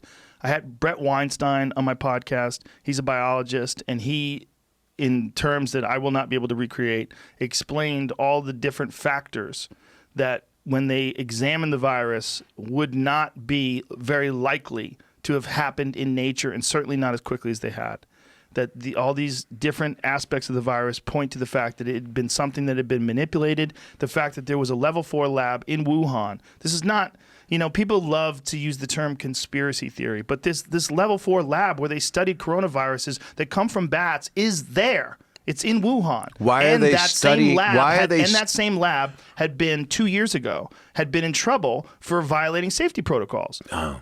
Look, China's, it's not America. It's not the same. And they do things differently over there. They're completely intertwined with their government. They can get away with things that we can't get away with here. And they don't have as strict a protocol when it comes to handling diseases. Well, the word on the street is often that it's wealthy people wanting to have their endangered species fix. That's what you hear. What do you mean? That the wet market bat is like a delicacy, and that's how it got spread. I have not heard that. I don't know if that's true. I don't know where I would heard imagine it would be more like people are starving and they need to eat whatever they can eat, and they eat bats. But See, that's I not always what, pictured that's it not laid what, out like lobsters at the farmer's market. That's what I was picturing. That'd probably be safer. It's not what happened. I don't believe that's what happened. And Brett Weinstein's very careful in not saying that this is definitely what happened, but he points to all the factors that lead to this very likely conclusion that this is something that accidentally got out of a lab. There's a reason why it's so contagious, that it spreads so easily, that it takes on so many different forms and has so many different reactions and so many different people. It's almost like we're dealing with a bunch of different diseases. Anytime you mate humanity with an animal, there's a serious problem. I'm not talking sexually, although I've seen a couple goats in my life that kind of had a twinkle. You had a smile while you were doing that because you knew you shouldn't have did it, and you did it anyway. I couldn't help it. I mean, You knew I'm it just wasn't saying, even going to work out well. But, when you but just, you have to, it didn't work out well at all. No, but you're enjoying that. But the other thing is, I want it for the kids out there listening, don't fuck animals. No, don't fuck animals. Is that okay to put that out there? But what if the animal really wants you to fuck it? That's what I was saying. A goat with a gleam in his eye. This is where I double down on not working. Yeah. What about a small animal? No, that's mean. Fuck something that can kill you. If you're gonna have the balls, fuck Like a an bear. elephant? Like A a bear. bear. Yeah. Fuck. Fuck a large predator. Yeah. Don't fuck something that you're the bully. Hold that rabbit down and fuck him. Don't So do it's that. the Revenant. I mean, Yes. what he did was get inside a bear, literally. Not sort of. Yeah. Eventually. Right. Took a while. Right. Yeah. I think this This is gonna how be, I try. This is how I deal with how horrible this is.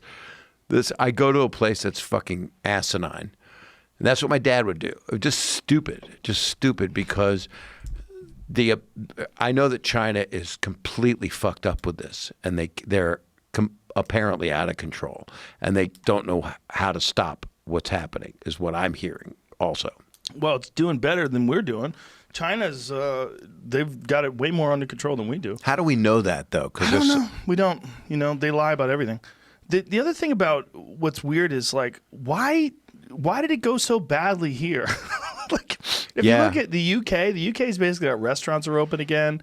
New Zealand has 0 viruses now. They're back to normal. I mean, they're not letting anybody in, but they're literally back to a no virus situation. It's like the resistance of the United States is down because so many, not the resistance, but our immune system is down because there's so much hatred. There's so much fucking weird shit. I wonder what would have happened. I mean, it's really crazy that, that expression, the wings of a butterfly could become a hurricane. Yeah. But what would have happened if that George Floyd thing didn't happen? If that day did not go down that way? If it was just a normal day? If maybe George Floyd just hopped in the patrol car, or maybe didn't give them that counterfeit $20 bill, never got arrested, what the fuck would we be looking at? It's kind of amazing when you really. No, it's a change of history in one moment. In an instant, and in an incident between two people, between one cop and one man, and then the world sees it because one girl, 17-year-old girl, filmed it. She puts it up. The whole world sees the horror of that guy leaning on that man's neck with his knee. And other people standing by. And then the world explodes, or our country explodes. But imagine, where would we be? It'd be really interesting to see 2 different timelines. See a timeline where that never happens. I think it was bound to happen anyway. We've been, But that was so egregious. It was so heinous. Oh, that's the point. That's the point. That led to this explosion. Whereas if there was nothing like that, because the guy who got shot by those vigilantes was just a couple of weeks before that. Mm-hmm. Remember in Georgia? I do. If this George Floyd thing, that was like teeing the ball up, and then this George Floyd thing happens and boom, the powder keg blows. I think the enough is enough moment happened, and everybody's holed up in quarantine, and everybody can't pay their rent, and nobody can do anything but watch all this bullshit of all this racism and all of our bureaucrats spewing a bunch of lies and garbage at everybody. My favorite part of it was the black and white video the actors made to try to fix it. Oh my God. I will no longer stand by. Like, what are you talking about? Imagine video also. No, that was the beginning of the coronavirus.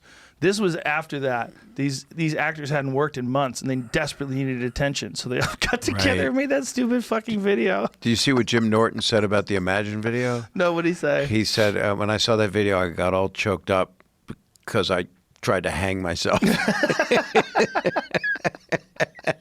It was so embarrassing. Well, there's something great about people that have a heart for it, that are well known, whether it be acting or sports or whatever, music, that look up to those people. But it's saturated when it's just people doing it because they're getting publicity out of it. That's all they're doing it. That's why they're doing it. They're doing it because this might be an opportunity to let other people know that they're awesome. That's what they're doing. And that's their fake way of pretending they have a heart. It just doesn't look. Do you know? There has to be some heart in there somewhere. Of course. It's not like they're evil, but that's narcissism. There's a certain amount of narcissism in there that's foul. It smells bad. It's like when you open up some leftovers, you're like, oh, I can't eat this.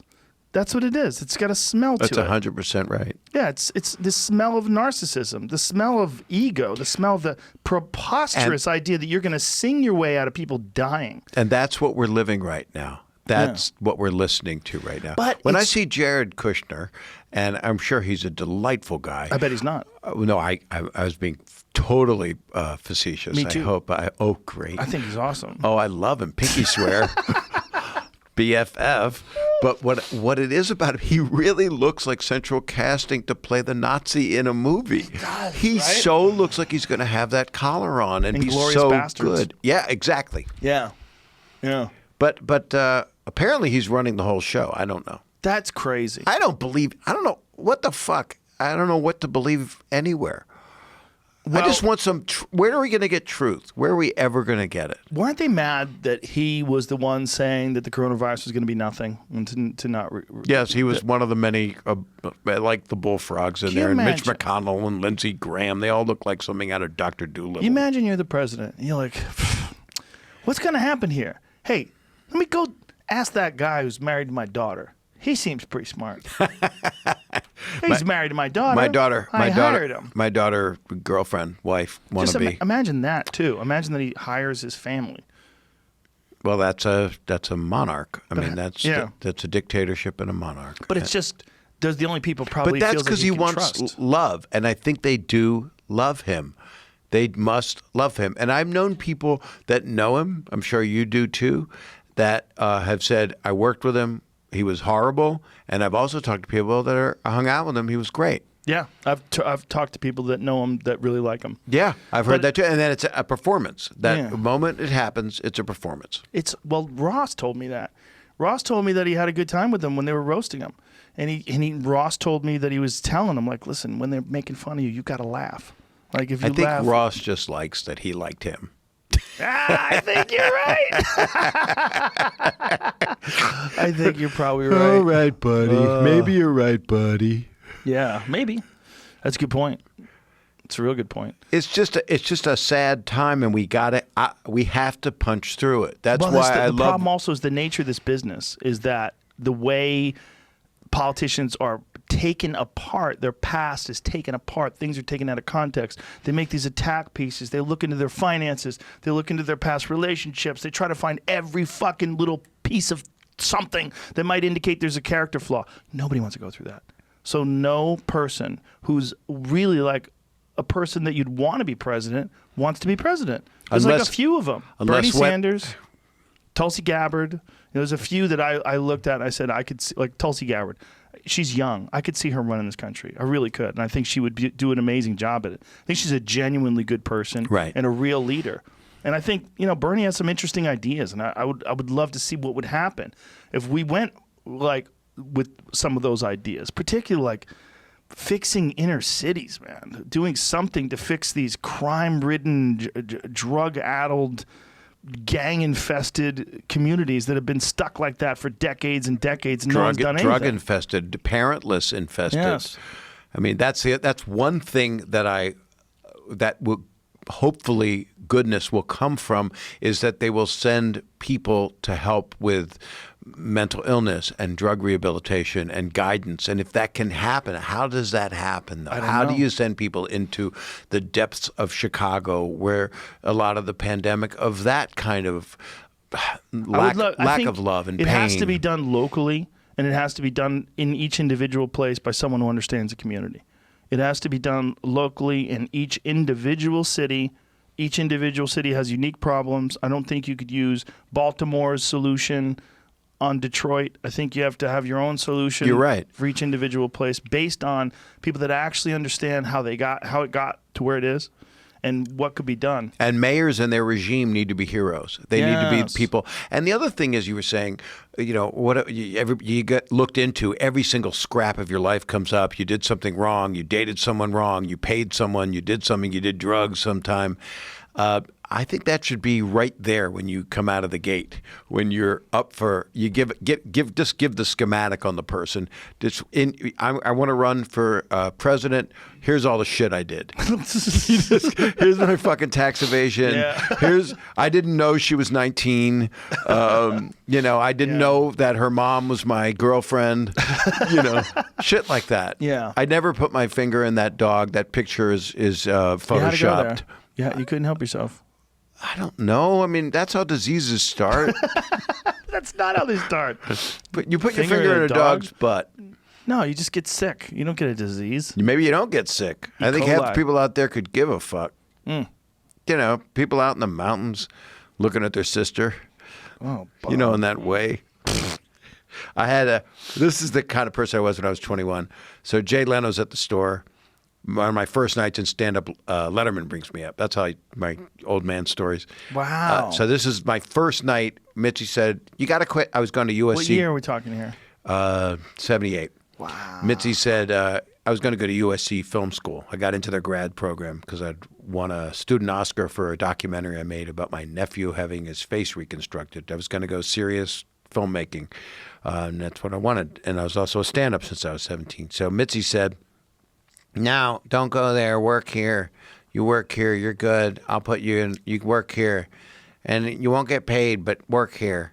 I went, okay, because that night when I moved to LA and I quit grad school, like the day I quit USC grad school, I went there for 3 days. I went up at the store. Letterman brought me up. The lineup was Leno, Michael Keaton, Billy Crystal, Jeff Altman, Argus. Pryor went up later in the evening. This was on one fucking night. That's insane. And you're part of the reason that place came back. You and a bunch of the people that came in, you brought it back. I mean, it was not long ago. That place was gone. Yeah, it wasn't looking good. No. It wasn't looking good. No, Just- you did that. That's the empowerment. That takes a strong thing to go, wait, this place is history, and I like these rooms. I need to do comedy. What was I want to know, what was your decision-making process, and how did you find, because you were already on your way to wherever you wanted to make your playground. Well, I was gone for 7 years. You know, I was gone from 2007 to 2014, and that was that Carlos Mencia incident that I had at the store. Yep. I got banned, and not even by Mitzi. I got banned by the former management, and there's just some weird shit going on behind the scenes, and they had negotiated something. Where were you with working Mencia. out before then? I was at the store. I was at the store from 94 to 2007. I moved to LA in 94. And the first thing I did was go to the store. That was Mecca. When I was in Boston and I was an open micer, I had heard about the store. I was in 1988 I started, and that was when Sam Kinison was huge. And, you know, I literally started comedy That's dreaming. right when I left. That's so when I you left? missed you. I missed you. 94. Right. Well, I always wanted to ask you what it was like, because when you did Full House, you basically had to stop doing stand-up because you were on this I squeaky still clean. did it. You still did it? Yeah, and must have been I started to dangerous. morph, and I started to get really fucked up on stage. And it was Fucked up how? fucked up on. I would go, okay, that's what I'm doing during the day, and I know when you did news radio, they wanted you not to do stand up as much. Is that kind of? No, not really. No, the only thing that ever happened on news radio is one of the producers said, "Why are you still doing a comedy? You're an actor now." Like it was if it was a great thing, and I was horrified. I was like, "What? Yeah. Ugh! Like what? But I'm gonna stop doing stand up for this?" That's because they don't didn't understand. know. They think a lot of people use stand up to get a show, to get a writing gig, to get Yes. something. And I'm like, I can't stop being one. I am one. Yeah. It's part of my hard drive. Well, it was the most fun too. Like they were asking me to do this thing that I was basically like I never taken any acting classes. I'd just gotten a development deal from MTV Half Hour Comedy Hour. Right. And they said, "Do you want to be on a sitcom?" I'm like, "Oh, okay." And so they made me like get an acting coach, and I took a few classes, but it was really annoying. And then next thing you know, I'm out here in LA on a sitcom. And so when they said like, "Why are you doing stand up? You're an actor now." I was like, "What the fuck are you talking about?" Right. You've never killed. I'm like, "You're saying this because you never killed." They also didn't believe in hyphenates at that point. You can't do 3 things. You can't do 4 things. I'm sorry. You can only do one thing. That was also when I started working for the UFC. And when I started working for the UFC, they were acting like I was doing porn. They're like, "What are you doing?" And I was like, "Yeah, I'm going to Alabama to do post-fight interviews for a cage fighting event." And they're like, "What the fuck is wrong with you?" That's You because can't do you're a that." fucking original. They don't know what that is. Well, it was just no one had done it before. Right. There was no Well, nobody comedian could. / cage fighting commentators. Find me another one ever. But it was just one of those things where, like, I was like, I don't care. I'm going to do this because I want to do this. And they were like, you really shouldn't do this. Like, this is probably bad for your career. I'm like, whatever. I don't even know what that means. I'm just going to do what I like to do. Tell me again where you had left off about the Mencia thing with the Carlin. So he had made some sort of sneaky backdoor deal with the store to have them ban me, and he would put his name on the marquee, which he never would do before. Like he would do spots there, would just show up and bump people. That was his thing. He liked to just show up, and he didn't let them put his name on the marquee and sell tickets with his name because he would do big venues around town. This was around the Mind of Mencia days. He was a big star. He was selling out large theaters. He was doing really well. And I wasn't doing as well with stand-up. I was on Fear Factor, and I was doing pretty good with comedy, but I was mostly doing clubs. He was more advanced career-wise, if I'm being honest. And so when they said that to me that I was banned, and I knew it was wrong. I'm like, I know. I go, you guys you sell art. You sell art. This is what you sell. Like you have an art store. It's just it's a spoken art, and you're basically taking the side of someone who's stealing, a vampire. You give a vampire of all the other performers, not just a vampire, but someone who if you were going on stage, he would go on before you and do your closing bit and then bring you up. There was a lot of dark shit going on. People were scared. They had lights they would flick in the back of the room when he was there to let you know if you were on stage. Guys would just stop doing their act. I wasn't there for any of that. It was not good. It was not good. It was accentuated by his celebrity. When he became famous, it got way worse. But it had always existed. He was always a thief. And so I said, okay, I'm not coming back. I'm letting you know. Like, you think this is going to be like a 2-week deal or something like this? You can go fuck yourself. I'm not coming back. So just make this decision. Understand, this is not a temporary thing where you're going to ban me for a little while. And I'm going back and forth with the manager. Well, Mitzi, I go, don't tell me Mitzi said, because I was on the phone with Mitzi an hour ago before this. And I told Mitzi what was going on. I told Mitzi that we are going to make this video about him stealing material because it was a horrible situation there. And I told her, I go, this is just what it is. She goes, all right, just keep away from him. She goes, when you want to go up? And I go, when do you want to put me up? She goes, all right, how about 10:30? I go, perfect. I love you. She goes, I love you too. It's the last time I talked to her. And then they call me an hour later and say I'm banned. And I'm like, what are you talking about? I just got off the phone with Mitzi. I go, who's running the fucking store? You're running the store? You're running the store. I work for you? Get the fuck out of here. And so I got furious, and I just started working the Improv, and I did the Ice House, and I just said, okay, this is what I do now. I don't work at the store anymore. And I put the store's phone number on my blog and told everybody the whole story. And I'm like, feel free to call them and let them know how you feel. And it was a ghost town there for years. It became a wreck. What? Yeah, it did. I crashed that place. Years. Yeah. So what brought you back? Ari Shaffir was doing his comedy special. He was filming. And Adam Egget, Adam, I'd known Adam. I like Adam. I love Adam. And he was, he'd been on the podcast before too. I've seen him. Adam was at the Tempe Improv years before that, and I became friends with him when I worked there. And then he came over and started being the talent coordinator at the store, and then he came to visit me at the Improv. He said, we'd love to have you at the store. He's like, Tommy doesn't work there anymore. He's gone. It was the manager that I had the issue with. Right. And Mencia had long been outcast from the comedy community. Like that video and the subsequent, all these other comedians coming out and telling stories about him, everything fell apart. And this is what I told them was going to happen. I was like, this is not going to go away. This is real. This is not like, people make mistakes. They accidentally do someone's bit because they forget it was someone's bit. Or you come up with the same thing. People, yeah, there's a lot, but there's good people, and then there's people that are victimizing people, and he was one of those that was victimizing people, and the worst I've ever seen. And so this had happened, and I knew when Adam came to visit me at the Improv, I knew Adam was a good guy, and I'd thought about it, but I was like, I can't go back there. And then Ari was doing his special. And Ari was filming his special in the OR. And Ari was one of my best friends. And I had been friends with Ari from the time that he was a doorman. And I was like, he had gone through this journey of being a doorman to, I started taking him on the road with me.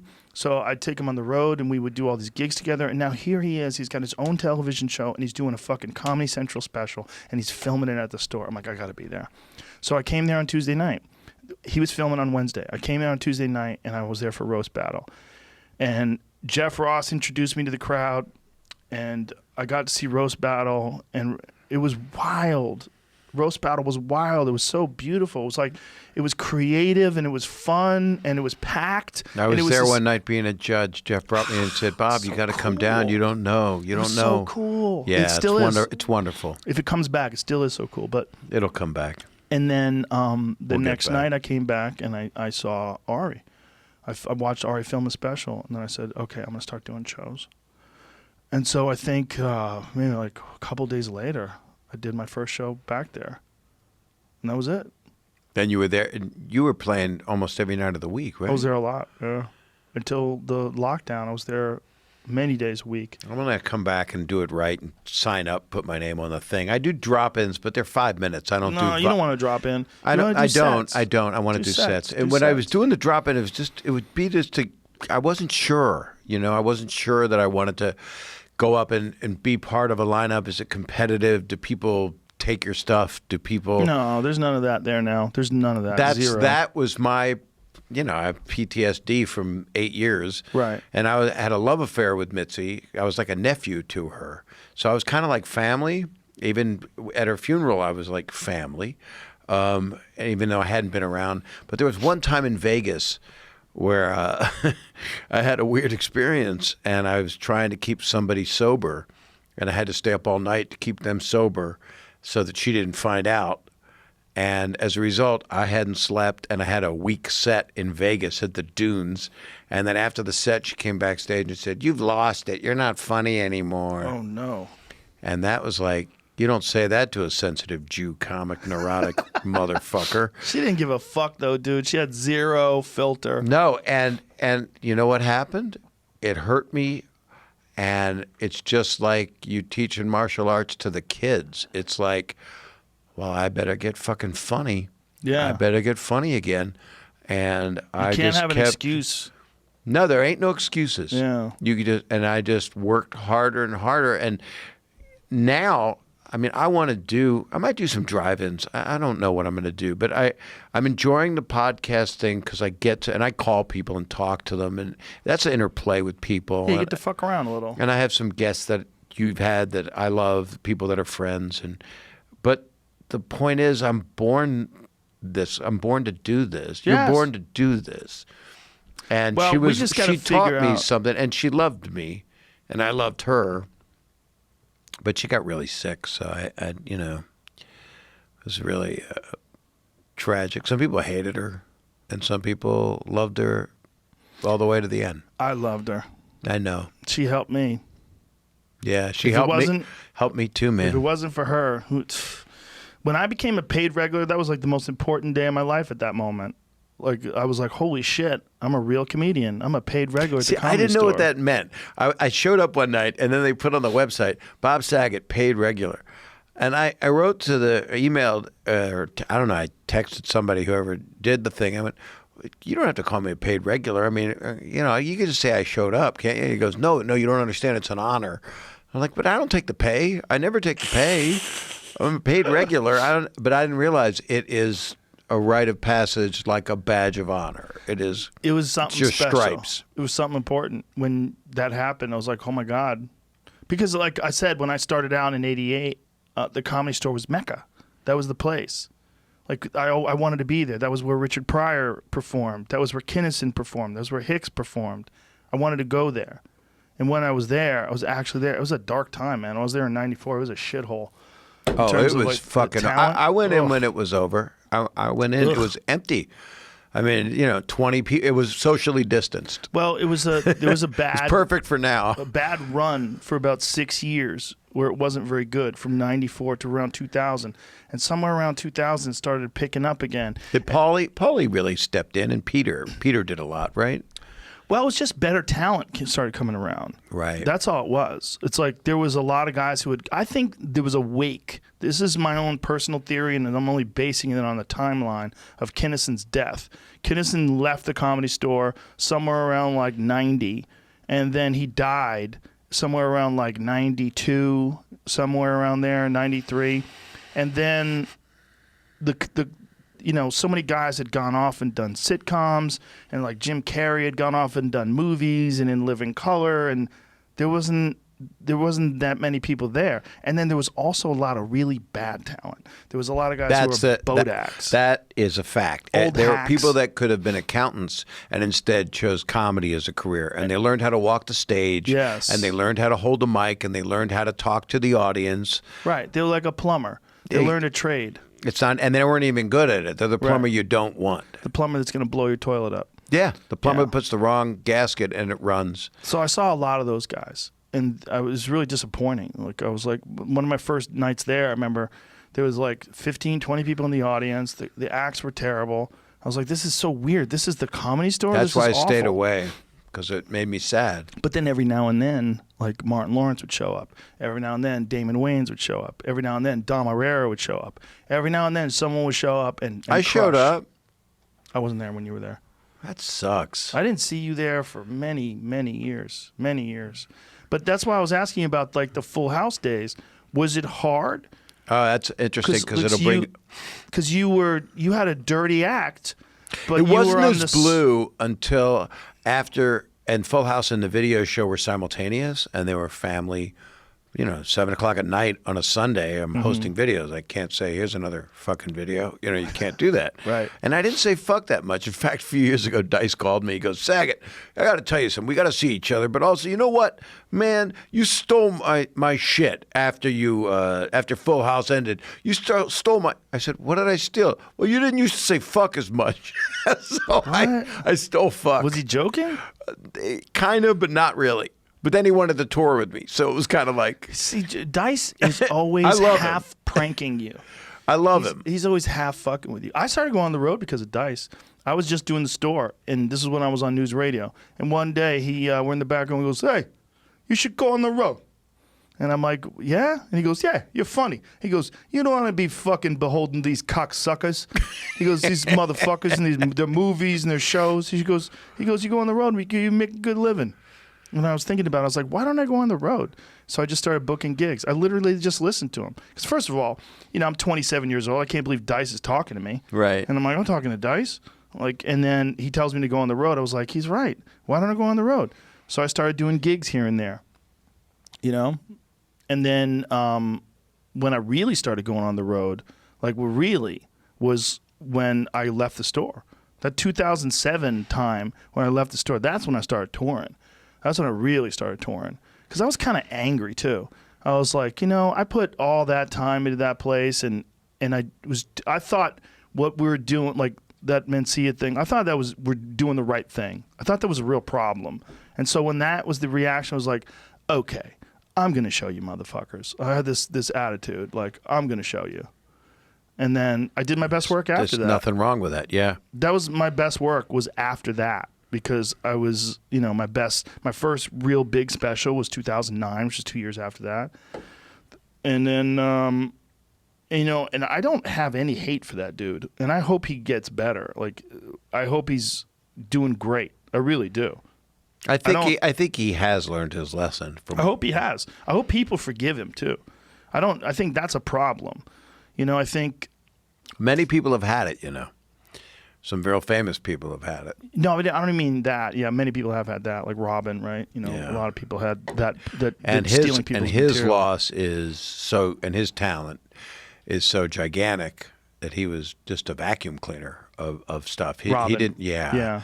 And I loved him beyond. And yeah, he was a different so thing, right? yeah. He's from every 100 years a Robin Williams comes through. This is what. You brought up what was going on doing those family shows and then doing stand-up. Yeah. Richard Jeni comes into play here. This is kind of an interesting thing that you brought him up because he hits me in the solar plexus. I did a special while the two shows were in the top 10, Full House and America's Funniest Home Videos. Those long names to say. They sound like I'm saying porn when I say the names of the shows. That's Really? like dirty to me. Full House. Oh, that's so filthy, Bob. But I love doing family entertainment. That's my... many different sides. I love doing stuff the whole family can watch together. I don't look at that and go, "Oh, fuck that. That's bullshit." That's not the cynical guy that can come out and be blue for the sake of blue. I wasn't blue for the sake of blue. I just did what I did. Just like you did what you did. Your UFC stuff. It's like I wasn't doing anything athletic, but I did an HBO special, and it did well, but in the ratings or whatever, but it was not good, and I made it so you can't see it. And Richard Jeni loved it, and he would say to me, "I loved that special," and I was saying fuck in it, but it was like an hour long, and it took a half an hour. It was about me being in a dream, missing my gig, so I was trying to make a film because I wanted to be a filmmaker, and then the next half hour was basically a half hour stand-up, and I just didn't do any of it right, you know? But there were a couple really funny moments and a couple good bits.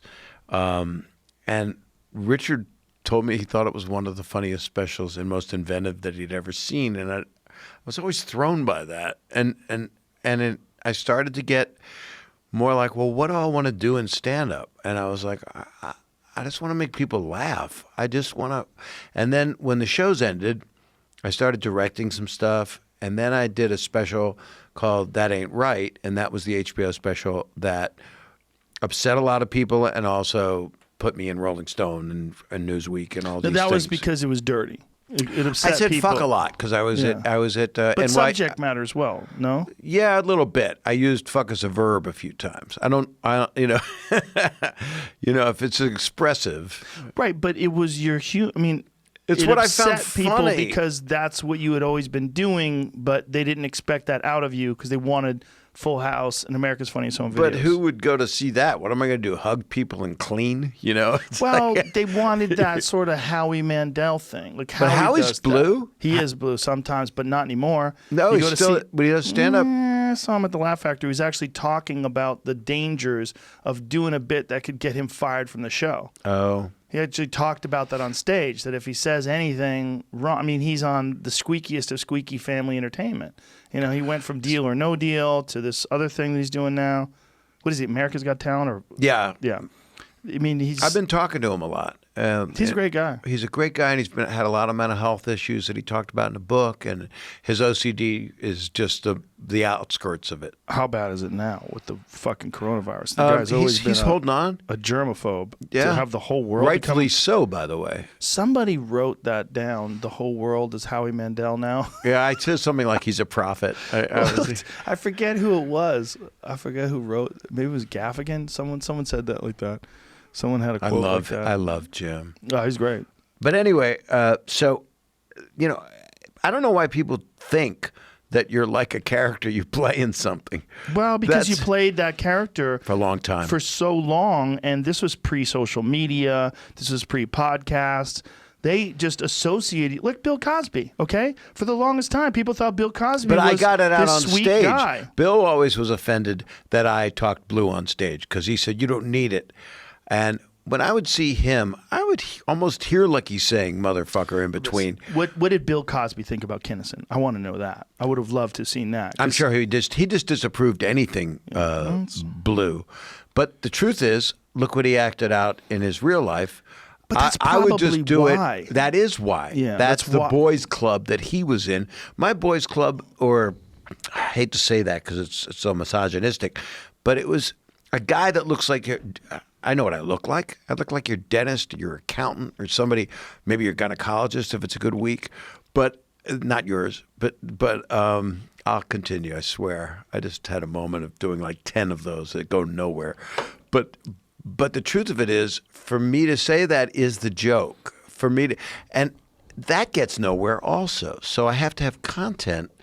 And the more specials I did and the more I've done stand-up, like I was about to shoot a new one this year, I've got like an hour and a half of stuff. Of course, everybody's going to have 12 minutes of COVID, but I don't know what it's going to be. But it was really, I was about to talk about racial injustice, ready to go, because I've got all this stuff when I was a kid and segregation, and I was living it and didn't understand it when I was 6, 7 years old in Virginia. So it was like I started to have much more intent in what I want to do right now. And make people laugh. I got to throw a dick joke in just to make myself happy. Well, stand-up comedy is supposed to be here's the world through my eyes. Whenever some other comic comes along and tells you not to do your version of reality, they can go eat shit. And usually there's something wrong with them. And that's obviously the case with Bill Cosby. There's something wrong with him. 100%. His need to have everyone deliver this G-rated comedy was, he had some dark shit going on in the back of his head. And I fucking looked up to him so much. When I was young, I'd watch him on I Spy with Robert Culp. And it was this, you probably didn't watch it back because I'm older. He was so great. And then, he got his doctorate after just 2 years. They gave him a free one at Temple. I went to Temple University also, but I graduated. And I didn't, tranquilize people and ejaculate on them. Congratulations. Thank you for the non-ejaculation clause. But he, you can't preach and then be full of shit. It's that's what he got away with for his whole life, though, I think. That's how he covered his tracks. Like, nobody would believe it. Who raped you? Bill Cosby? Oh, go on. There's no way. That's what they would think. I know. I guarantee you that was part of what the hustle was. It's like a priest. Like if no one knew that priest raped kids, and then you came home and said, "Mom, the priest raped me," your mom would be like, "What the fuck are you talking about?" The Boy Scouts. Look, there's a fucking ad right now. Yeah.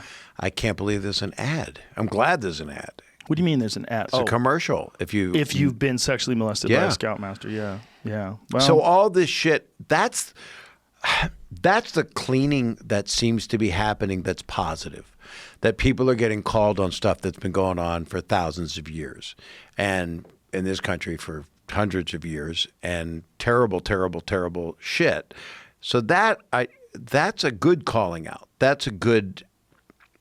Well, this calling out is one way to look at it, but what's really happening is the lines between reality, truth, information, and people, like how accessible is truth. There's way less distance to travel to find out reality than there used to be, and we're remapping our version of the world because of that. And this is what we're seeing with everything, with police brutality. It's what we're seeing with taxes. It's what we're seeing with government and the environment and climate change and fill in the blank. Every single problem in the world. The pandemic is just a giant fucking representation of all of it. Well, it's a wake-up call to all of us that there has been way less funding and planning and strategy to deal with pandemic viruses than should have ever been put in place. Bill Gates warned us about this in 2015. I don't know, a lot of people think Bill Gates is the devil now for some reason. Have you been paying attention to that? Yeah. They think Bill Gates is trying to depopulate the world or some shit. I don't know. I don't know whether to get off Facebook, TikTok. I don't know. Get off all of them. There's a guy when they were trying to keep Huntington Beach or Long Beach open. No, it wasn't Long Beach. Was it Huntington Beach? It was Huntington Beach. It's a Republican area, right? So they had all these people in the street. We're not going to wear a mask. We're not going to stay inside. It was the early days of the pandemic. Right. And this guy is going, do not wear a mask. Do not give in. Bill Gates is the devil.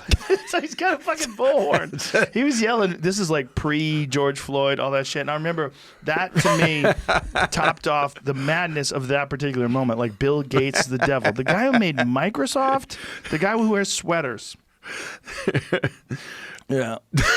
Bill Gates is the devil. But that's so a funny many soundbite. It was crazy to listen to. But well, so many people do believe that. We're all over the fucking place. People are all over. And it's like one side's over here so liberal that I'm not allowed to say anything. Right. I'm talking about just how it, not as a narcissist, but as a human artist, how it affects me, how it affects you. And then everybody's over here so far right. It's fundamentalists on both sides. Can't we just cut off the little hands on each side and just have or can't everybody have if there has to be a dream discourse? It's not going to happen. This is how change happens. You have to have polars. You have to have polar opposites. This is just a natural. It's like fundamentalism. And it is. It's the same thing you see on the left as you see on the right. Their ideology varies, but what their goal is the same. Their goal is compliance. They want you to listen. They want to have power and control. And then there's people that are fairly reasonable that can see other people's perspectives that lean towards the middle. Those are the healthy people. But these people that want you to use 78 different gender pronouns, and they only want to give money I to. can't keep up. I Yeah. make so many mistakes. It's not mistakes, man. It's Well, not I did a mistakes. thing in Austin, which we both love, and I did a thing for the Alley Coalition, and it's for the LG. I always fuck it up. It's LGBT. Q. But Q is questioning or queer. It changes. What? Yeah. It's questioning now. Or queer. At that moment, and then it was. A now. You know, A's in there too. What is that? Asexual. They got thrown in the mix. I'm fine with that. So I'm not throwing. I'm well, not. I did a joke at that. They're a gang. I did it for them because they're a wonderful organization that helps a lot of people, and it was. I loved it, and I was with Jay Farrow, who I loved being with, and a bunch of comedians were on the thing, and I was the headliner of the thing that they brought in. This gorgeous structure. I don't know if you've seen it. It looks like the inside of a Mac store, but it's outdoors in Austin. It's like a monolithic-looking, cool thing. And so I made a joke, something about LGB. I did all the letters, and then I said, that's my record locator on my flight. And that got an awful quiet response, and I didn't understand it because I'm with them, but I'm not making fun of them. I'm part of them. Maybe the joke just wasn't that good. I think so from your response. It's possible too. You're carrying it around in your head as But if then it I was did like, I did a song about transitioning that I'd written for the event. transitioning what to like female. From a male to a female, and me having a relationship, because I do comedy music in a purist way, because I love writing songs and singing, and I've always done that in my stand-up. I started as a musical act that we would all ridicule, and I had to pull before I got to the end of it because it was just it got quieter, and I heard crickets. And I felt so bad because I was doing it as saying, Hold on, stop. Does that do well in clubs, that bit? yeah, it was killing. I did it on a special. But you're doing it at an LGBTQA positive event? That's because I'm a fucking moron. Yeah, and well- I care about people more. I care about all human beings. I don't have a racist bone in my. I don't understand anything. heard I'm your an dick's idiot. racist. I'm a fucking what? I heard your dick's racist. My dick is so. Don't. Thank you. Say Thank you. You saved me. I You know, understand that my you- dick you- spits at racism. But you know that that's not a comedy. Look, I don't do any sort of benefit. And the reason why I just donate money. I don't do benefits because it's not But a my good place sister for died comedy. of scleroderma, and I do. But donate money. No, but would you do a tape for my viral event in October? I wouldn't do 3 minutes on tape. I wouldn't do She acrobatics. died, Joe. I She wouldn't, died. Listen to me. I wouldn't do acrobatics in a benefit to help people with spina bifida. No, or but people spina who are- bifida is hilarious, by the way. I don't know if you've had it. No. I Or got people over it. that are crippled. Okay, I'm Right. not. You know what I'm saying? Like you're doing comedy in an event where people are talking about a serious issue that maybe they've been maligned and misgendered and just fucking disenfranchised their whole life, and then you're on stage telling, a questionable joke that wasn't your best joke, and then a song about transitioning, and you're wondering why they're not laughing. It's not funny to them because it's not a comedy show. You're doing comedy at a thing. Why weren't you in my life sooner? I don't know. Will you manage me? No, So here's I'm here for advice though. If you want, here's the call thing. me up. The thing that I do. I'm part of the Scleroderma Research Foundation because my sister died of this disease. What is this disease? It's a hardening of the skin. Sclero means hardening, and derma means skin. And a lot of people have it. Different people. A lot of people. And proportionately hits people of African descent, not unlike coronavirus. It hits the lungs. Queen Latifah's mother passed away from it. I know other people who've had it. And I lost my sister and my dear friend. And the first person to ever do the benefit was Robin Williams. And he did it 7 times afterward. And we've raised $53 million. And we're curing people. That's amazing. People are getting into remission. What do they do for the cure? Like how do they get? There's new therapies. My sister was mistreated and guinea pigged. They gave her cortisone and prednisone, which drives you fucking nuts. And they just tested stuff. And the rheumatologist that did it to her is no longer alive. And I mean, how do you sue somebody that didn't know what he was doing? But now there's centers at Johns Hopkins and at UCSF and Stanford, and they're really new drugs, like really great ones. So it's always been a comedy benefit, and there are people, there are patients there. And I've always had, everybody's done it. Chappelle did it for me in L.A. at the Beverly Wilshire, and it was wonderful. I mean, I think it was John Mayer got up on stage, and I think it was Ray Romano, and I'm wondering if it was Gaffigan. I've had almost every comedian do it, but Chappelle made me put on the invite, and Dave Chappelle might come. Dave Chappelle says he might come, and he flew himself out, and he did the damn thing, and he couldn't do material because we didn't lock up phones, and he did a half hour of being the beautiful person that he is. That's awesome. And so all I was saying was Robin did it 7 fucking times. So here's my question. So Richard Jenny, Patrice, Brody, you know, all these people, Sam, Chris Farley, wasn't a stand-up, but why do really, truly funny people have to die? Shouldn't there be some kind of universal law? Mitch Hedberg. Throw him in that mix. Bill Hicks.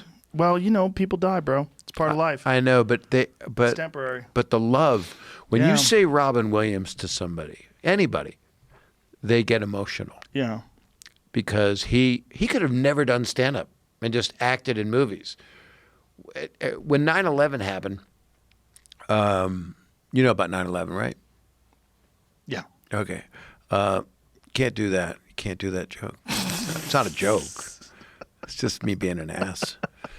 Thanks for sitting through this with me. I haven't had my shrink in a while. Do you go to a shrink? No. You're smart as fuck. So I go to anyway. a sensory deprivation tank. Oh, do you? Yeah.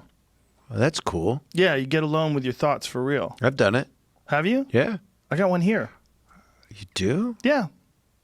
And it's all salt, and you get it in, you play music? No. Tones of any kind? No. Just your thoughts. Just my thoughts. I just do breathing exercises. I know that you know the readings of Terrence McKenna because I was a mushroom boy back in the day. I'm good friends with his brother. No shit? Yeah, his brother Dennis is amazing. Holy crap. Yeah. Yeah, I was going to see him. I had a 420 show in Vancouver. He lives in BC now. He's a expat. He bailed out of this fucking wacky country and went to just as wacky one. Right? Fuck. But I love Vancouver. I mean, he picked a good spot. I love Vancouver. Let me just finish the Robin thought. Please. Go Yeah, ahead. because I apologize. So 9/11 happens, and I'm home, and I'm alone. My kids, I was divorced. My kids were at their mom's. And all the channels are running the footage for 24 hours. And Fox Television runs Mrs. Doubtfire. And I'm like, what a great fucking thing they did for me and for people. And I know a lot of people that I've talked to over the years that go, yeah, I watched Mrs. Doubtfire that night. They fucking, on their network, which was still kind of a new network in a way, they ran it. And it's a story about divorce and what he would do to get back to his kids. Yeah. And his acting in that is, you know, it's a sweet movie. It's a sweet movie. That's a movie that I gave as an example when someone saying, because someone was saying that trans people are never funny and a straight person in drag is never funny. I go, you can't say it's never funny. And I said, you don't think it's never funny when someone pretends to be a woman? And the guy says, it's never funny. I go, Mrs. Doubtfire. Tootsie. Well, that's a good one too. But there's a lot of them. Mrs. Doubtfire is a very strong It's a sweet example. movie. But it's not about that's not about that. It's about Right, having to but do he's the greatest still- disguise to be able to see his kids. Yes, but he's still pretending to be a woman, and it's fucking hilarious. Yeah. Yeah. Yeah. Well, he was all I was saying was if he had never done stand up, if Robin had just been a great actor. Or Dead like what poets. Eddie Murphy's doing now. I mean, Eddie Murphy was one of the best stand-ups ever. Yeah. Stops. Yeah. And now he just does films. I have a story for you about him that I think you'll dig. So I'm hosting the main room, thinking I'll never get a career. Everybody's off. Everybody's gone. Arsenio's gone. Howie. What do you mean you think you never get a career? I was on the road, not making a lot of money, but in the meantime, I would host for years the Westwood Store which was no more, which was fun actually. Sam. So you're really young at this time then. Mm-hmm. And you In were my convinced 20s. you weren't going to have a career Yeah. already in your 20s? Yeah, I was depressed all my 20s. All of them. That's crazy. I'd be on a plane and didn't care if it went down. That's how stupid I was. Really? I should have gone to a doctor. Is what I should have done. Be that depressed. So I'm there and I'm hosting, and Eddie Murphy comes in, and this is not on the bill. He didn't call for a spot. So Eddie comes in and he's working out Raw, and I don't know that it's Raw, but then he comes out and he's in. I can't remember if it's the blue leather or the red leather suit, but he's in one of them, and he looks like a fucking god. I mean, he looks. I've never seen anyone more beautiful. I look at him. I go, oh my god, look at it. His skin was like butter. I mean, I wanted to kiss him. He's still beautiful. He's amazing. He's one of the most. He wanted to be the Beatles of comedy. He is. He is. So I'm the host on a Friday night.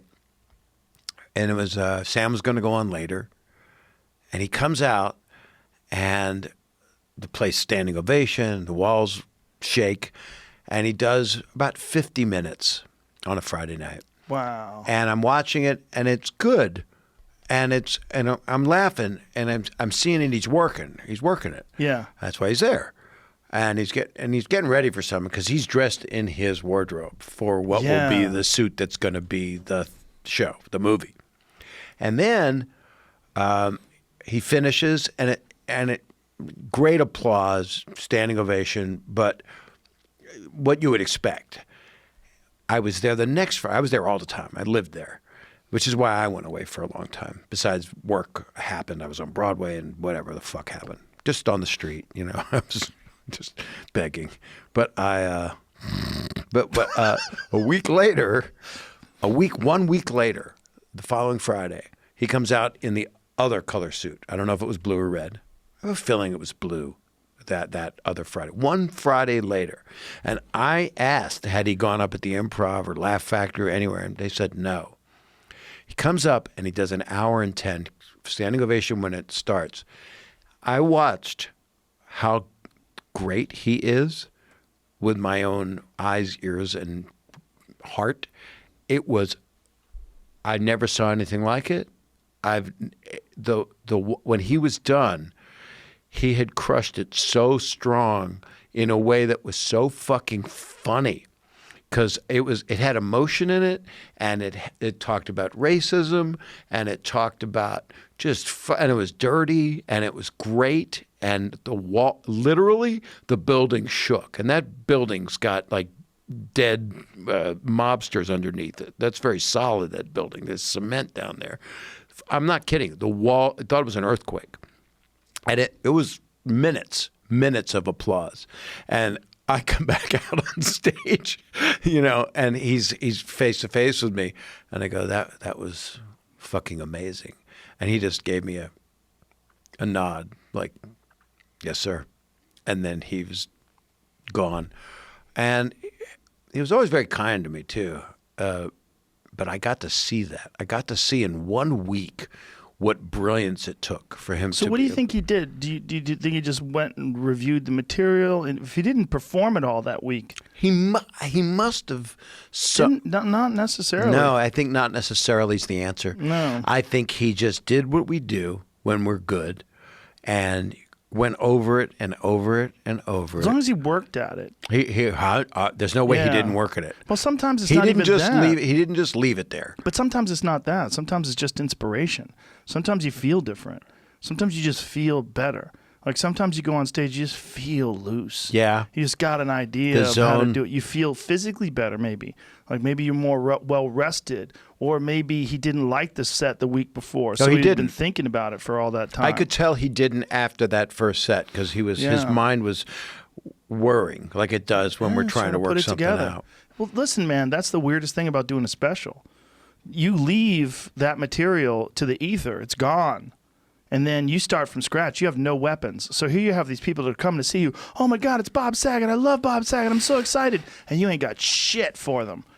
I did that. You're scrambling. I Everybody's did done that after my last special. Look, every time I do a set at the Comedy Store, after my special comes out, I don't have anything. I have a few scraps. I have a few ideas, a few premises. You know, this is the last time I got lucky that I had a couple that I couldn't really do in my last special and I never really fleshed out. I could start with them. I could kind of get going, get a little bit of momentum, and then piece together an act. But that desperation is what creates your act. This last, after that happened, and what I could feel what was happening in the world the past, and you could too, for the past year and a half of what we were going toward with Trump at the helm and all of the shit that's been happening and all the people at each other. So it started happening fast where new stuff was coming to me, and I was reflective over my life and reflective over real things, more real things, not just a bunch of nonsense or just. So you wanted to do more real, thoughtful storytelling, thoughtful things that mean something to you rather than just jokes. But I can't help myself, as you can apparently tell, without taking little asides to throw in something that's just like fucking what. But when you say that you want to do this, though, like how much time were you working? How much stand-up were you doing? Quite a bit. I've been on the road, and I've been wanting to be on the road more than I've ever wanted to be on the road. Wow. So up until pandemic, I was set to go to Canada, and they closed Canada the day before. Actually, they closed it the day after I pulled on Vancouver, and you're basically just touring back and forth and just doing a lot of clubs, getting everything lubed up. A lot of clubs, a bunch of theater runs, little theater runs, not big ones. Getting everything nice and loose. Yeah. And when were you thinking about filming? I was going to go fall this year. Me too. I was already. I know where I'm going to shoot it. I don't even want to say because I have some real cool shit that I want to do that. It's part of the place, part of it. But it's just, I can't look like it's bad. I can't feel like it's just what we're all going through is just going to make mean even more. Everything we're going to get to do when there's a vaccine, when we find out if the vaccine works, when we find out what the fuck all this is, when we get to go out and really do a room that's 100% full. And you don't know what's coming with your big dates coming up. I think they're all getting canceled, if I had to guess. I mean, unless something happens between now. I mean, I'm supposed to do Madison Square Garden October. Have you played 3rd. there before? Yeah, I've played the smaller room. But I'm doing the big room and Boston Garden back-to-back 2 weeks in a row. Motherfucker. And I don't know if that's happening. Chappelle and I have a bunch of gigs. I saw. I don't know if that's happening. But you'll just move them. You'll just move them a year, right? Yes, a year. A year's likely, but even then, we don't. What kind of a climate are we looking at? What is the world going to be like? That's the least of my concern right now. I mean, doing stand-up is great. I would like to do stand-up again for sure. Right, it's a selfish concern. But right now, I just want to look. If we never do stand-up again, man, life is beautiful. I want to appreciate life. I want to appreciate my friends. I want to appreciate my family. I appreciate being able to do this podcast. This has been one of the nicest things, that there's a place that I could sit and hang out with people and talk and learn. Like this podcast has made me grow a lot as a human being. It has. A lot. I've listened and watched. It's shifted my perspective. It's made me way more aware of how much responsibility I have doing this thing. When we first started doing this podcast, it was, me and Brian Redband and, whoever the guest was, Joey Diaz or Eddie Bravo or Ari Shaffir, whatever it was. And there would be like 1,000 people listening at the most. We'd get like 1,000 downloads. It'd be crazy. And so we got to practice when there was like no stakes. And you can still listen to them. And some of them are terrible. And some of them are getting me in trouble now because of some of the ridiculous shit we said. Right. Trying to make each other's laugh. But that led to this. And did you, for whatever reason, we just kept doing it, or I just kept doing it. It became this. Did you have any vision in your mind that it would be what other people look at as like an empire? No fucking chance. No. You just did it. Just did it. I'm a grinder. I'm a person that I see something and I try to get better at it. And I know that I had a bunch of podcasts that weren't that good. And so I'd go, what was wrong with that one? Well, I talked too much, or maybe I interrupted too much, or maybe I didn't have enough to say about the subject. So maybe I should be more prepared. Or maybe I should Right. be more focused. And then we're like, what's a distraction? Like, make sure people don't look at their phones. Make sure you're locked in. Be really engaged. Be in the moment in the conversation. Be better at that. And I just kept doing it. That's kind of you're an influence on me in a huge regard, because I didn't come to podcast because every fucking person on the earth the kid across the street has a podcast. You know, the guy UPS guy the other day had a podcast. Really? No, but it's okay. But I'm like on number 33, and I'm learning very fast because I'm a broadcaster. You know, I know how to do things, but it's not. It's a conversation. That's why I'm so drawn to what you do. There's people listening. This is the most important thing. And they love it, and they need it. But it's also, you have to listen to the way you sound. You have to listen to the way the conversation's going. Like, it has to be, there has to be something in what you're talking about and the way you're talking that makes people want to listen. I don't know how to teach that. I don't No. I think, but you get better at it. It's a skill. There's something to it that's just like everything else, man. It's like, I don't play the piano, but I would imagine it's like playing the piano or learning any other skill. The more time and focus you put into it, the better you get at it. And to me, it's fascinating still to this day. If I get a scientist in here or a researcher or someone who's writing a book on something. Yeah, to Elon Musk with a flamethrower. Yeah, it's fascinating. When I'm having those conversations, I'm locked in, man. I love it. I enjoy it. And I never thought I'd be doing this. And this is not a plan. There was no plan to this. Isn't that the best? It's great. I don't know if it's the best, but it's great. Well, it's the best. I'm enjoying it. I think it's the best because it comes from an organic place, and that's why it worked. That's why it works. I mean, that's why it's going to even. I don't know if you read, but you're moving it. I don't know if you read about it. Yeah, that's why I hear some people that work for me to tell me that. Yeah, it's moving somewhere. I can't remember where, but it's moving somewhere big, apparently. Yeah. And that's a mind fuck too, because now it's like there's more scrutiny on it. There's more people paying attention and criticism and everything. But it's like I just keep doing it. I just keep going, and I just keep focusing on that. And that's the real challenge, right? As it gets bigger, can you keep doing it the way you're doing it? Can you keep getting high and get drunk and have friends here and just talk shit? Yeah, I'm gonna see until the wheels fall off. They're not going to fall off because you're a special guy. I'm just telling you. I'm 64. I could say shit like that. What if when you're 62, did they not let you? No, I wasn't allowed. I was talking to Norman Lear the other night. He's going to be 98.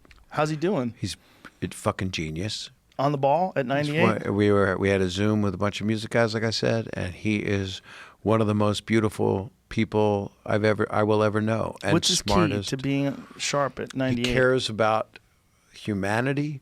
He, he changed television. He gave us All in the Family and Sanford and Son and Good Times and the Jeffersons. Isn't it crazy that none of those shows you could do today? But they're doing them. They are doing the live ones on ABC. Jimmy Kimmel and he are doing those doing shows. What? All in the Family. And what are you talking about? Jeffersons have been running new episodes. What? Woody Harrelson's Archie Bunker. Shut and the Marissa fuck Tomei is Edith. Shut the fuck up. Sorry, you really need to Google this. Is this actually happening right now? This is gigantic. This happened a couple months ago. What? Yes, before the pandemic. Yeah. What? This is about as real as it gets. How the fuck am I just hearing this? How can you? I told you something you Wait don't a minute. know. This is Woody Harrelson. That's Woody, and they sing those as with the Archie days. Bunker. And Get the fuck out of and here. it's fucking awesome, Joe. It's awesome. Wow. And Norman Lear, and there's Marissa. This is crazy. You have to watch it. It's I can't awesome. believe this is real. No, it's. How do you know about this? Are you joking? No, I didn't know about this. Well, I gave you. Why didn't you tell me, Jamie? I gave Joe some. I gave Joe intel. Live in front of a studio audience, All in the Family. Holy So shit. it's Norman and Kimmel and ABC, and it's fucking. Kimmel's one of the producers. Is that what you're saying? Yeah, they do it together, and it's Wow. it's fucking. It's so special because the stuff is about racism, because people didn't quite understand. Some people were just loving Archie and not getting the sadness Wow, that's and in they're the all mix. dressed like they're in the 70s. Yeah. So it takes place in the 70s. Jesse Look at Eisenberg. the collars. Yes. And on the Jeffersons, you Wow. had Jamie Foxx. I mean, this Wow. is What? Yes, this is big How shit. the fuck do I not know this? You've got to go and watch it. You've got to look it up. You got to watch a little bit I'm of that it. old man that doesn't know anything anymore. I'm completely out of the loop. I'm so relevant. You're the relevantest guy I've ever met. No, the Is most that a word? relevant is Norman Lear. So he's 98. Look at this. This is crazy. It's Now, absolutely. who's going to do Sanford and Son? I don't know if they're going to do that. Why not? I don't know if you can do Red Fox. D.L. Hughley. He could. There's a few people. I love DL. I do too. I think he could do it. So he was on stage at saying he's in Nashville and he passes out and he's got coronavirus. I know. How good is his tour manager that caught him as he was falling asleep? Yeah. Isn't that amazing? He could have had his head cracked Oh, open. for sure. He was going down. You know what? This is what I was saying about all these comedians that we love. And I'm so fed up with that because I love comedians so much. I don't reach out to DL that often. We see each other once in a while. I started texting him, "Are you okay? It's Bob Saget. Please don't think I'm weird. I can't fucking take it anymore." That is you. Please don't think I'm weird. And then no, he texts me back. He's laughing. He's going, "I'm okay." I said, "Well, I wrote something else. I'm sorry I texted you." You know. Then the next day I called him. I said, "What the fuck, man? How sick are you?" He goes, "I'm okay. I'm okay." He doesn't seem to be that sick. I saw him talking about No, something he else. seems Like a little okay. bit of a cough. You know, Brian Callen got it. Yeah, and he's fine now. He was Well, he pretty has a sick. strong mechanism. His Yeah. instrument's pretty together. Well, he didn't take any medication. Brendan Schaub, his friend, took medication, and he was fine in 4 days, and Callen, it took him like 11 or 12. But he's fine now. He said he feels good. I'm concerned with long-term effects from anybody that has this because I was talking to a friend of mine who is a doctor who was saying he's treating a basketball player who 3 months, a guy in his 20s, 3 months after COVID is still having issues with his endurance. He hasn't gotten his endurance back to where it is. Like his lungs are not working at full capacity. So there's perhaps some damage or something. I've going on. heard from people that are scarring. Yeah, that that's happens. fucking terrifying. You know, what is this, Jamie? Scans reveal heart damage in over half of COVID-19 patients in study. Oh, great. Maybe they should go with more patience. There was something else. I could send this to you. There was another, well, it's not necessary, but it was essentially saying that in the autopsies that they're doing on people who died of COVID, they're finding blood clots in all of their organs, in their liver, their lungs, their kidneys, everywhere. Yeah, this is a fucking weird disease, man. And they don't know if and what I've been hearing with the vaccine, they don't know if you get it, if it can keep you safe. They don't know. No, they don't know. Well, they don't know. First of all, they don't know if a vaccine is going to be even possible. Normally, it takes a vaccine upwards of 4 years to develop, and they're trying to do this and fast track it. And they're also trying to do something called an mRNA vaccine.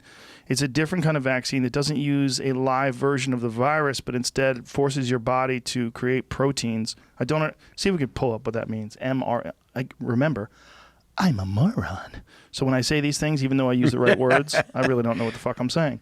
Very important to remember. You're becoming me. mRNA virus. See if you can. mRNA vaccine. I mean, I rather. typed it in, but it's not saying what it is. That's it. We'll The never find out. definition of mRNA vaccine. Messenger RNA. Messenger RNA. See, it does something to the body and forces the body to create proteins that fight off the virus. Another thing that's really important is vitamin D.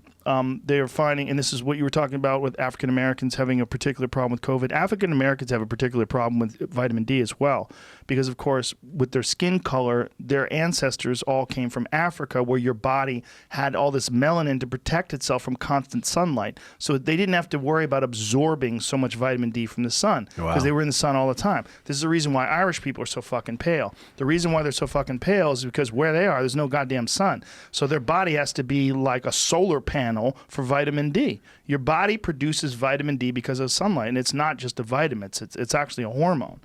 Which is, I'm really been getting into this lately. Do you take a lot of supplements of vitamin D? Yes. My I wife take says 5,000 IUs a day. So I was talking to your guys before I came in here, and they were saying, yes, you got to. I've been out in the sunlight because I've been out, go to the pool. That's like Hawaii for my wife and I.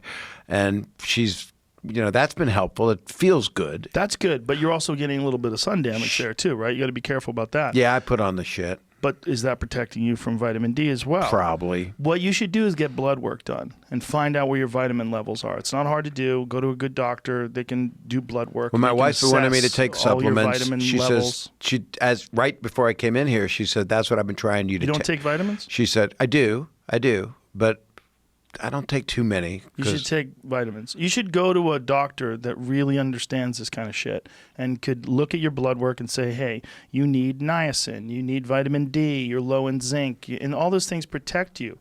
Is it a when you normal have a doctor body- or is it a person that's... We'll talk afterwards. Yeah. When you have a body that is deficient in nutrients, that body lacks the strength to prevent illnesses. It's the part of what your immune system is your body has an army that fights off bad diseases.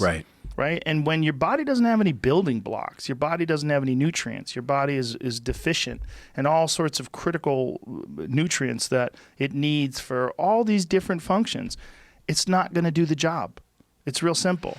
When your body's weak, it's not going to do the job. But fortunately for us, in 2020, you can take supplements. And vitamin D is not expensive, it's not prohibitive, but it has a huge impact. One of the things that they're showing is that, and this is something that Dr. Rodney Patrick talked about when she was on the podcast, she went over all these different studies that they've done in places where COVID patients were in the ICU. And in one of them, in several, but one of them that I can recall, 80+% of the people that were in the ICU for COVID had vitamin D deficiency. 4% had sufficient levels of vitamin D. And there's multiple studies that point to the exact same thing, is that it's critical in your body's ability to fight off illness, and particularly effective with COVID. So when you're talking about African Americans, one of the things my doctor told me was that when he was doing tests in Manhattan with African Americans, some of them had non-detectable levels of vitamin D.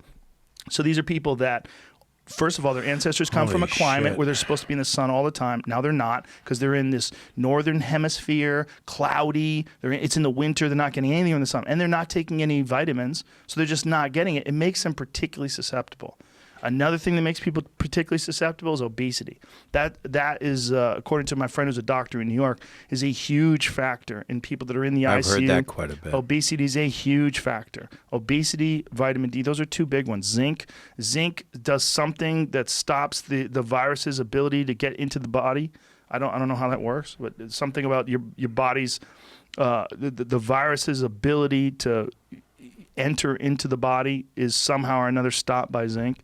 I've always Again, had a I'm problem moron. taking too many supplements. I went on a lot of kicks. I had a couple doctors recommend certain vitamins, and D was one of them for sure, and biotin and all D's kinds. fucking huge, man. Most people are deficient in D. Does it upset your stomach? Because like C No. upsets my stomach. How does it upset your stomach? I don't know. I have an Says who? acidic stomach. It just What are you does. talking about? It feels like it's burning a hole through it when I take a vitamin C. Well, do you take it with food? That's what I've done wrong. First of all, you should and take then most when I vitamins with fart, food. it's like a white cloud. A white cloud. Yeah, Are you looking white in the mirror while you fart? How do you know it's Who white? doesn't? I mean, you've My never mom. looked over and farted in the mirror I over haven't. over the shoulder? I don't think I have. Maybe we should do a photo session. Maybe not. Let's say not, and not we didn't. You should take vitamins with food. Most vitamins are they get You take absorbed them better before with or food. after? Well, I think the best way to do it is probably in the middle of your meal.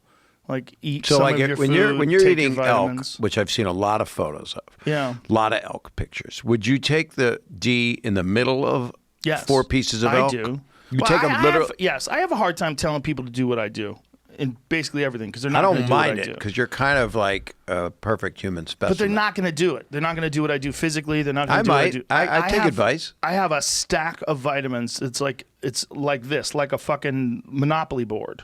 And I pull those bad boys out when I eat. And I pour 4 of these and 2 of those and 10 of those. And I just eat those. And I eat them with my food. That's what I do. When I'm eating, I'll stop in the middle of the meal. And I go out and I get my box. And I have a box full with Let me ask you a question. fish oil. And Right. Fish oil, right? Yeah. What does it do? This is probably not a good topic, but what does it do to your stool? What Nothing. happens? I don't know. I always do it. Do you have a nice one? Is I have it regular shit. all right? Is it thick. tapered? Like a fucking hammer, bro. Comes out hard. Residual? Or no, it's just shit. It's regular shit. okay. So it's not in compartments. It doesn't come out all separate like vitamins. You don't like shit like I don't 40 shit vitamins. capsules. No. No. Shit It capsules. doesn't have anything to do with your shit. It's just your shit comes from food waste. That's what shit is? Yeah. I didn't know that. It's mostly fiber for a lot of people. When you eat meat only, that's what's interesting. Yeah, I you were did on the that. You carnivore just did diet. you lost Yeah. a bunch of weight on that. Yeah, I did. When I did that, I had smaller shits. It was interesting. It was like I was eating a lot of meat, but Like your milk body duds? absorbs it. And it's meat is mostly water, right? Right. So you've got like the tissue and then the water, and the amount that you shit is surprisingly small. Whereas when you're eating a lot of salad and you're eating a lot of like celery and fibrous foods, all that stuff, your body doesn't really digest it. But So it's it good just sort for of- you, right? I don't know. I don't know. Everybody's saying that we need to have our vegetables right Not now. everybody. Some people are saying you need to have the vegetables, and then there's some people that are on this carnivore diet that say you don't need any Well, vegetables. some people are vegan, like my wife's a pescatarian. She worships fish. And I'm B positive blood. So My 10-year-old goes, is a humanitarian someone who eats people? I mean, that's going to happen soon. I think It's already happened. We're on the, but I think it's going to become popular. You think so? Yeah, I think one day it'll. What if lab-created human meat is the best thing to eat at a restaurant? It's like the veal. We have some beautiful lab-created human, lab-created buttocks. You can you get it at Umami? They you would have imagine that. if you go to Umami a- has people. A restaurant, and they come out and they have one of those like fucking Bugs Bunny silver things where they pull the top off of it and it's a dude's butt. It's just a perfect butt, like an athlete, I like ate a the best sprinter. ass today. And he's like, "This, we're gonna crock pot this. It's gonna be a beautiful, beautiful roast for you." But it's not. It doesn't not a part of an actual person. It's all created in a lab. Right. So someone who's always wanted to eat a guy's ass, Simulated. yeah, you I can mean, just who doesn't? pull that top off that and show them? Simulated you know what they do? man ass. Like if you go to Morton's, they come by with the steak tray, Yeah. and they show you this is the ribeye, this is a beautiful marble cut. They come by with the man 5 ass. asses. I mean, they're making lab created meat. Why not make lab created human meat? Do you eat that stuff? I have never because it's not available, but I would try it. But I mean, not man. Oh, that fake shit? Yeah. No. The soybean That stuff's shit. terrible My for you. wife gives it to me. I don't really love it. It's supposed to taste pretty good, but it's not good for you. It's not good for Doesn't you. If you seem want to it. eat vegetarian or vegan, eat vegetables. Eat actual real vegetables. Don't eat some fake beef bullshit. That's not real food. I need my meat. Well, eat meat then. Yeah. There you go. But it's not supposed to be good for your heart. Says it's, who? Well, people. But have you looked into that? No. Yeah. See, that's the thing that people just keep saying. Yeah, they hear what Yeah. some You know what's guy bad says. for your heart, man? Sugar and fat. refined flour. No, fat's not bad for you. Fat's essential. You need fat. It's actually food I for your thought so. brain. I thought it's also good. It helps lube up the meat so you can shit better. Perhaps. Listen, we can go down this rabbit hole, but it's already 4:00. It would take a long time for me It's to explain 4:00? nutrition to you. Yes. Motherfucker. Time flies in this room. You're enchanted. How the fuck do you do this? You sit, you talk. Yeah. You have a good time. A couple hours pass by. Pow. I love this. It was fun. Glad we did it, Bob. I love it. Tell people about your podcast, how they get it. It's on, it's wherever you get them, right? It's Apple. Wherever you get them. Apple. It's Spotify. Is it It's on Zigzag. is it on YouTube as well, or It is, but I got a brand new YouTube site. I'm a newbie, so Okay. it's up there for Zoom videos because I've been talking to people. beautiful? But I have really good guests. I've been having that, but I call people too to see how they're doing. And Instagram, just Bob Saget. Yeah, Instagram, Twitter. I got TikTok until China pulls it. Don't get off the TikTok. They're watching you every move. Are they really? Yeah, the Chinese government. They're in your ass right now, checking you out. Maybe I need that. Maybe you do. But what about Alexa? Isn't she listening That to bitch everything? is listening to everything. Everything. So is the Apple So thing. The Apple Home. Those motherfuckers listen to Siri. everything too. Everything. Siri's listening. Siri, that bitch is Siri's on, fucking me she's every deep in your day. shit. Yes, yes. She knows everything. All of them. Fuck her. Yes. She and Alexa should take a slow boat to Shitville. There you go. Let's end with that. Bob Saget, I love you. I love you, Joe. Thank you, buddy. Thanks. It was a lot of fun. This is great. Goodbye, America and the rest of the world. See ya. That's fucking.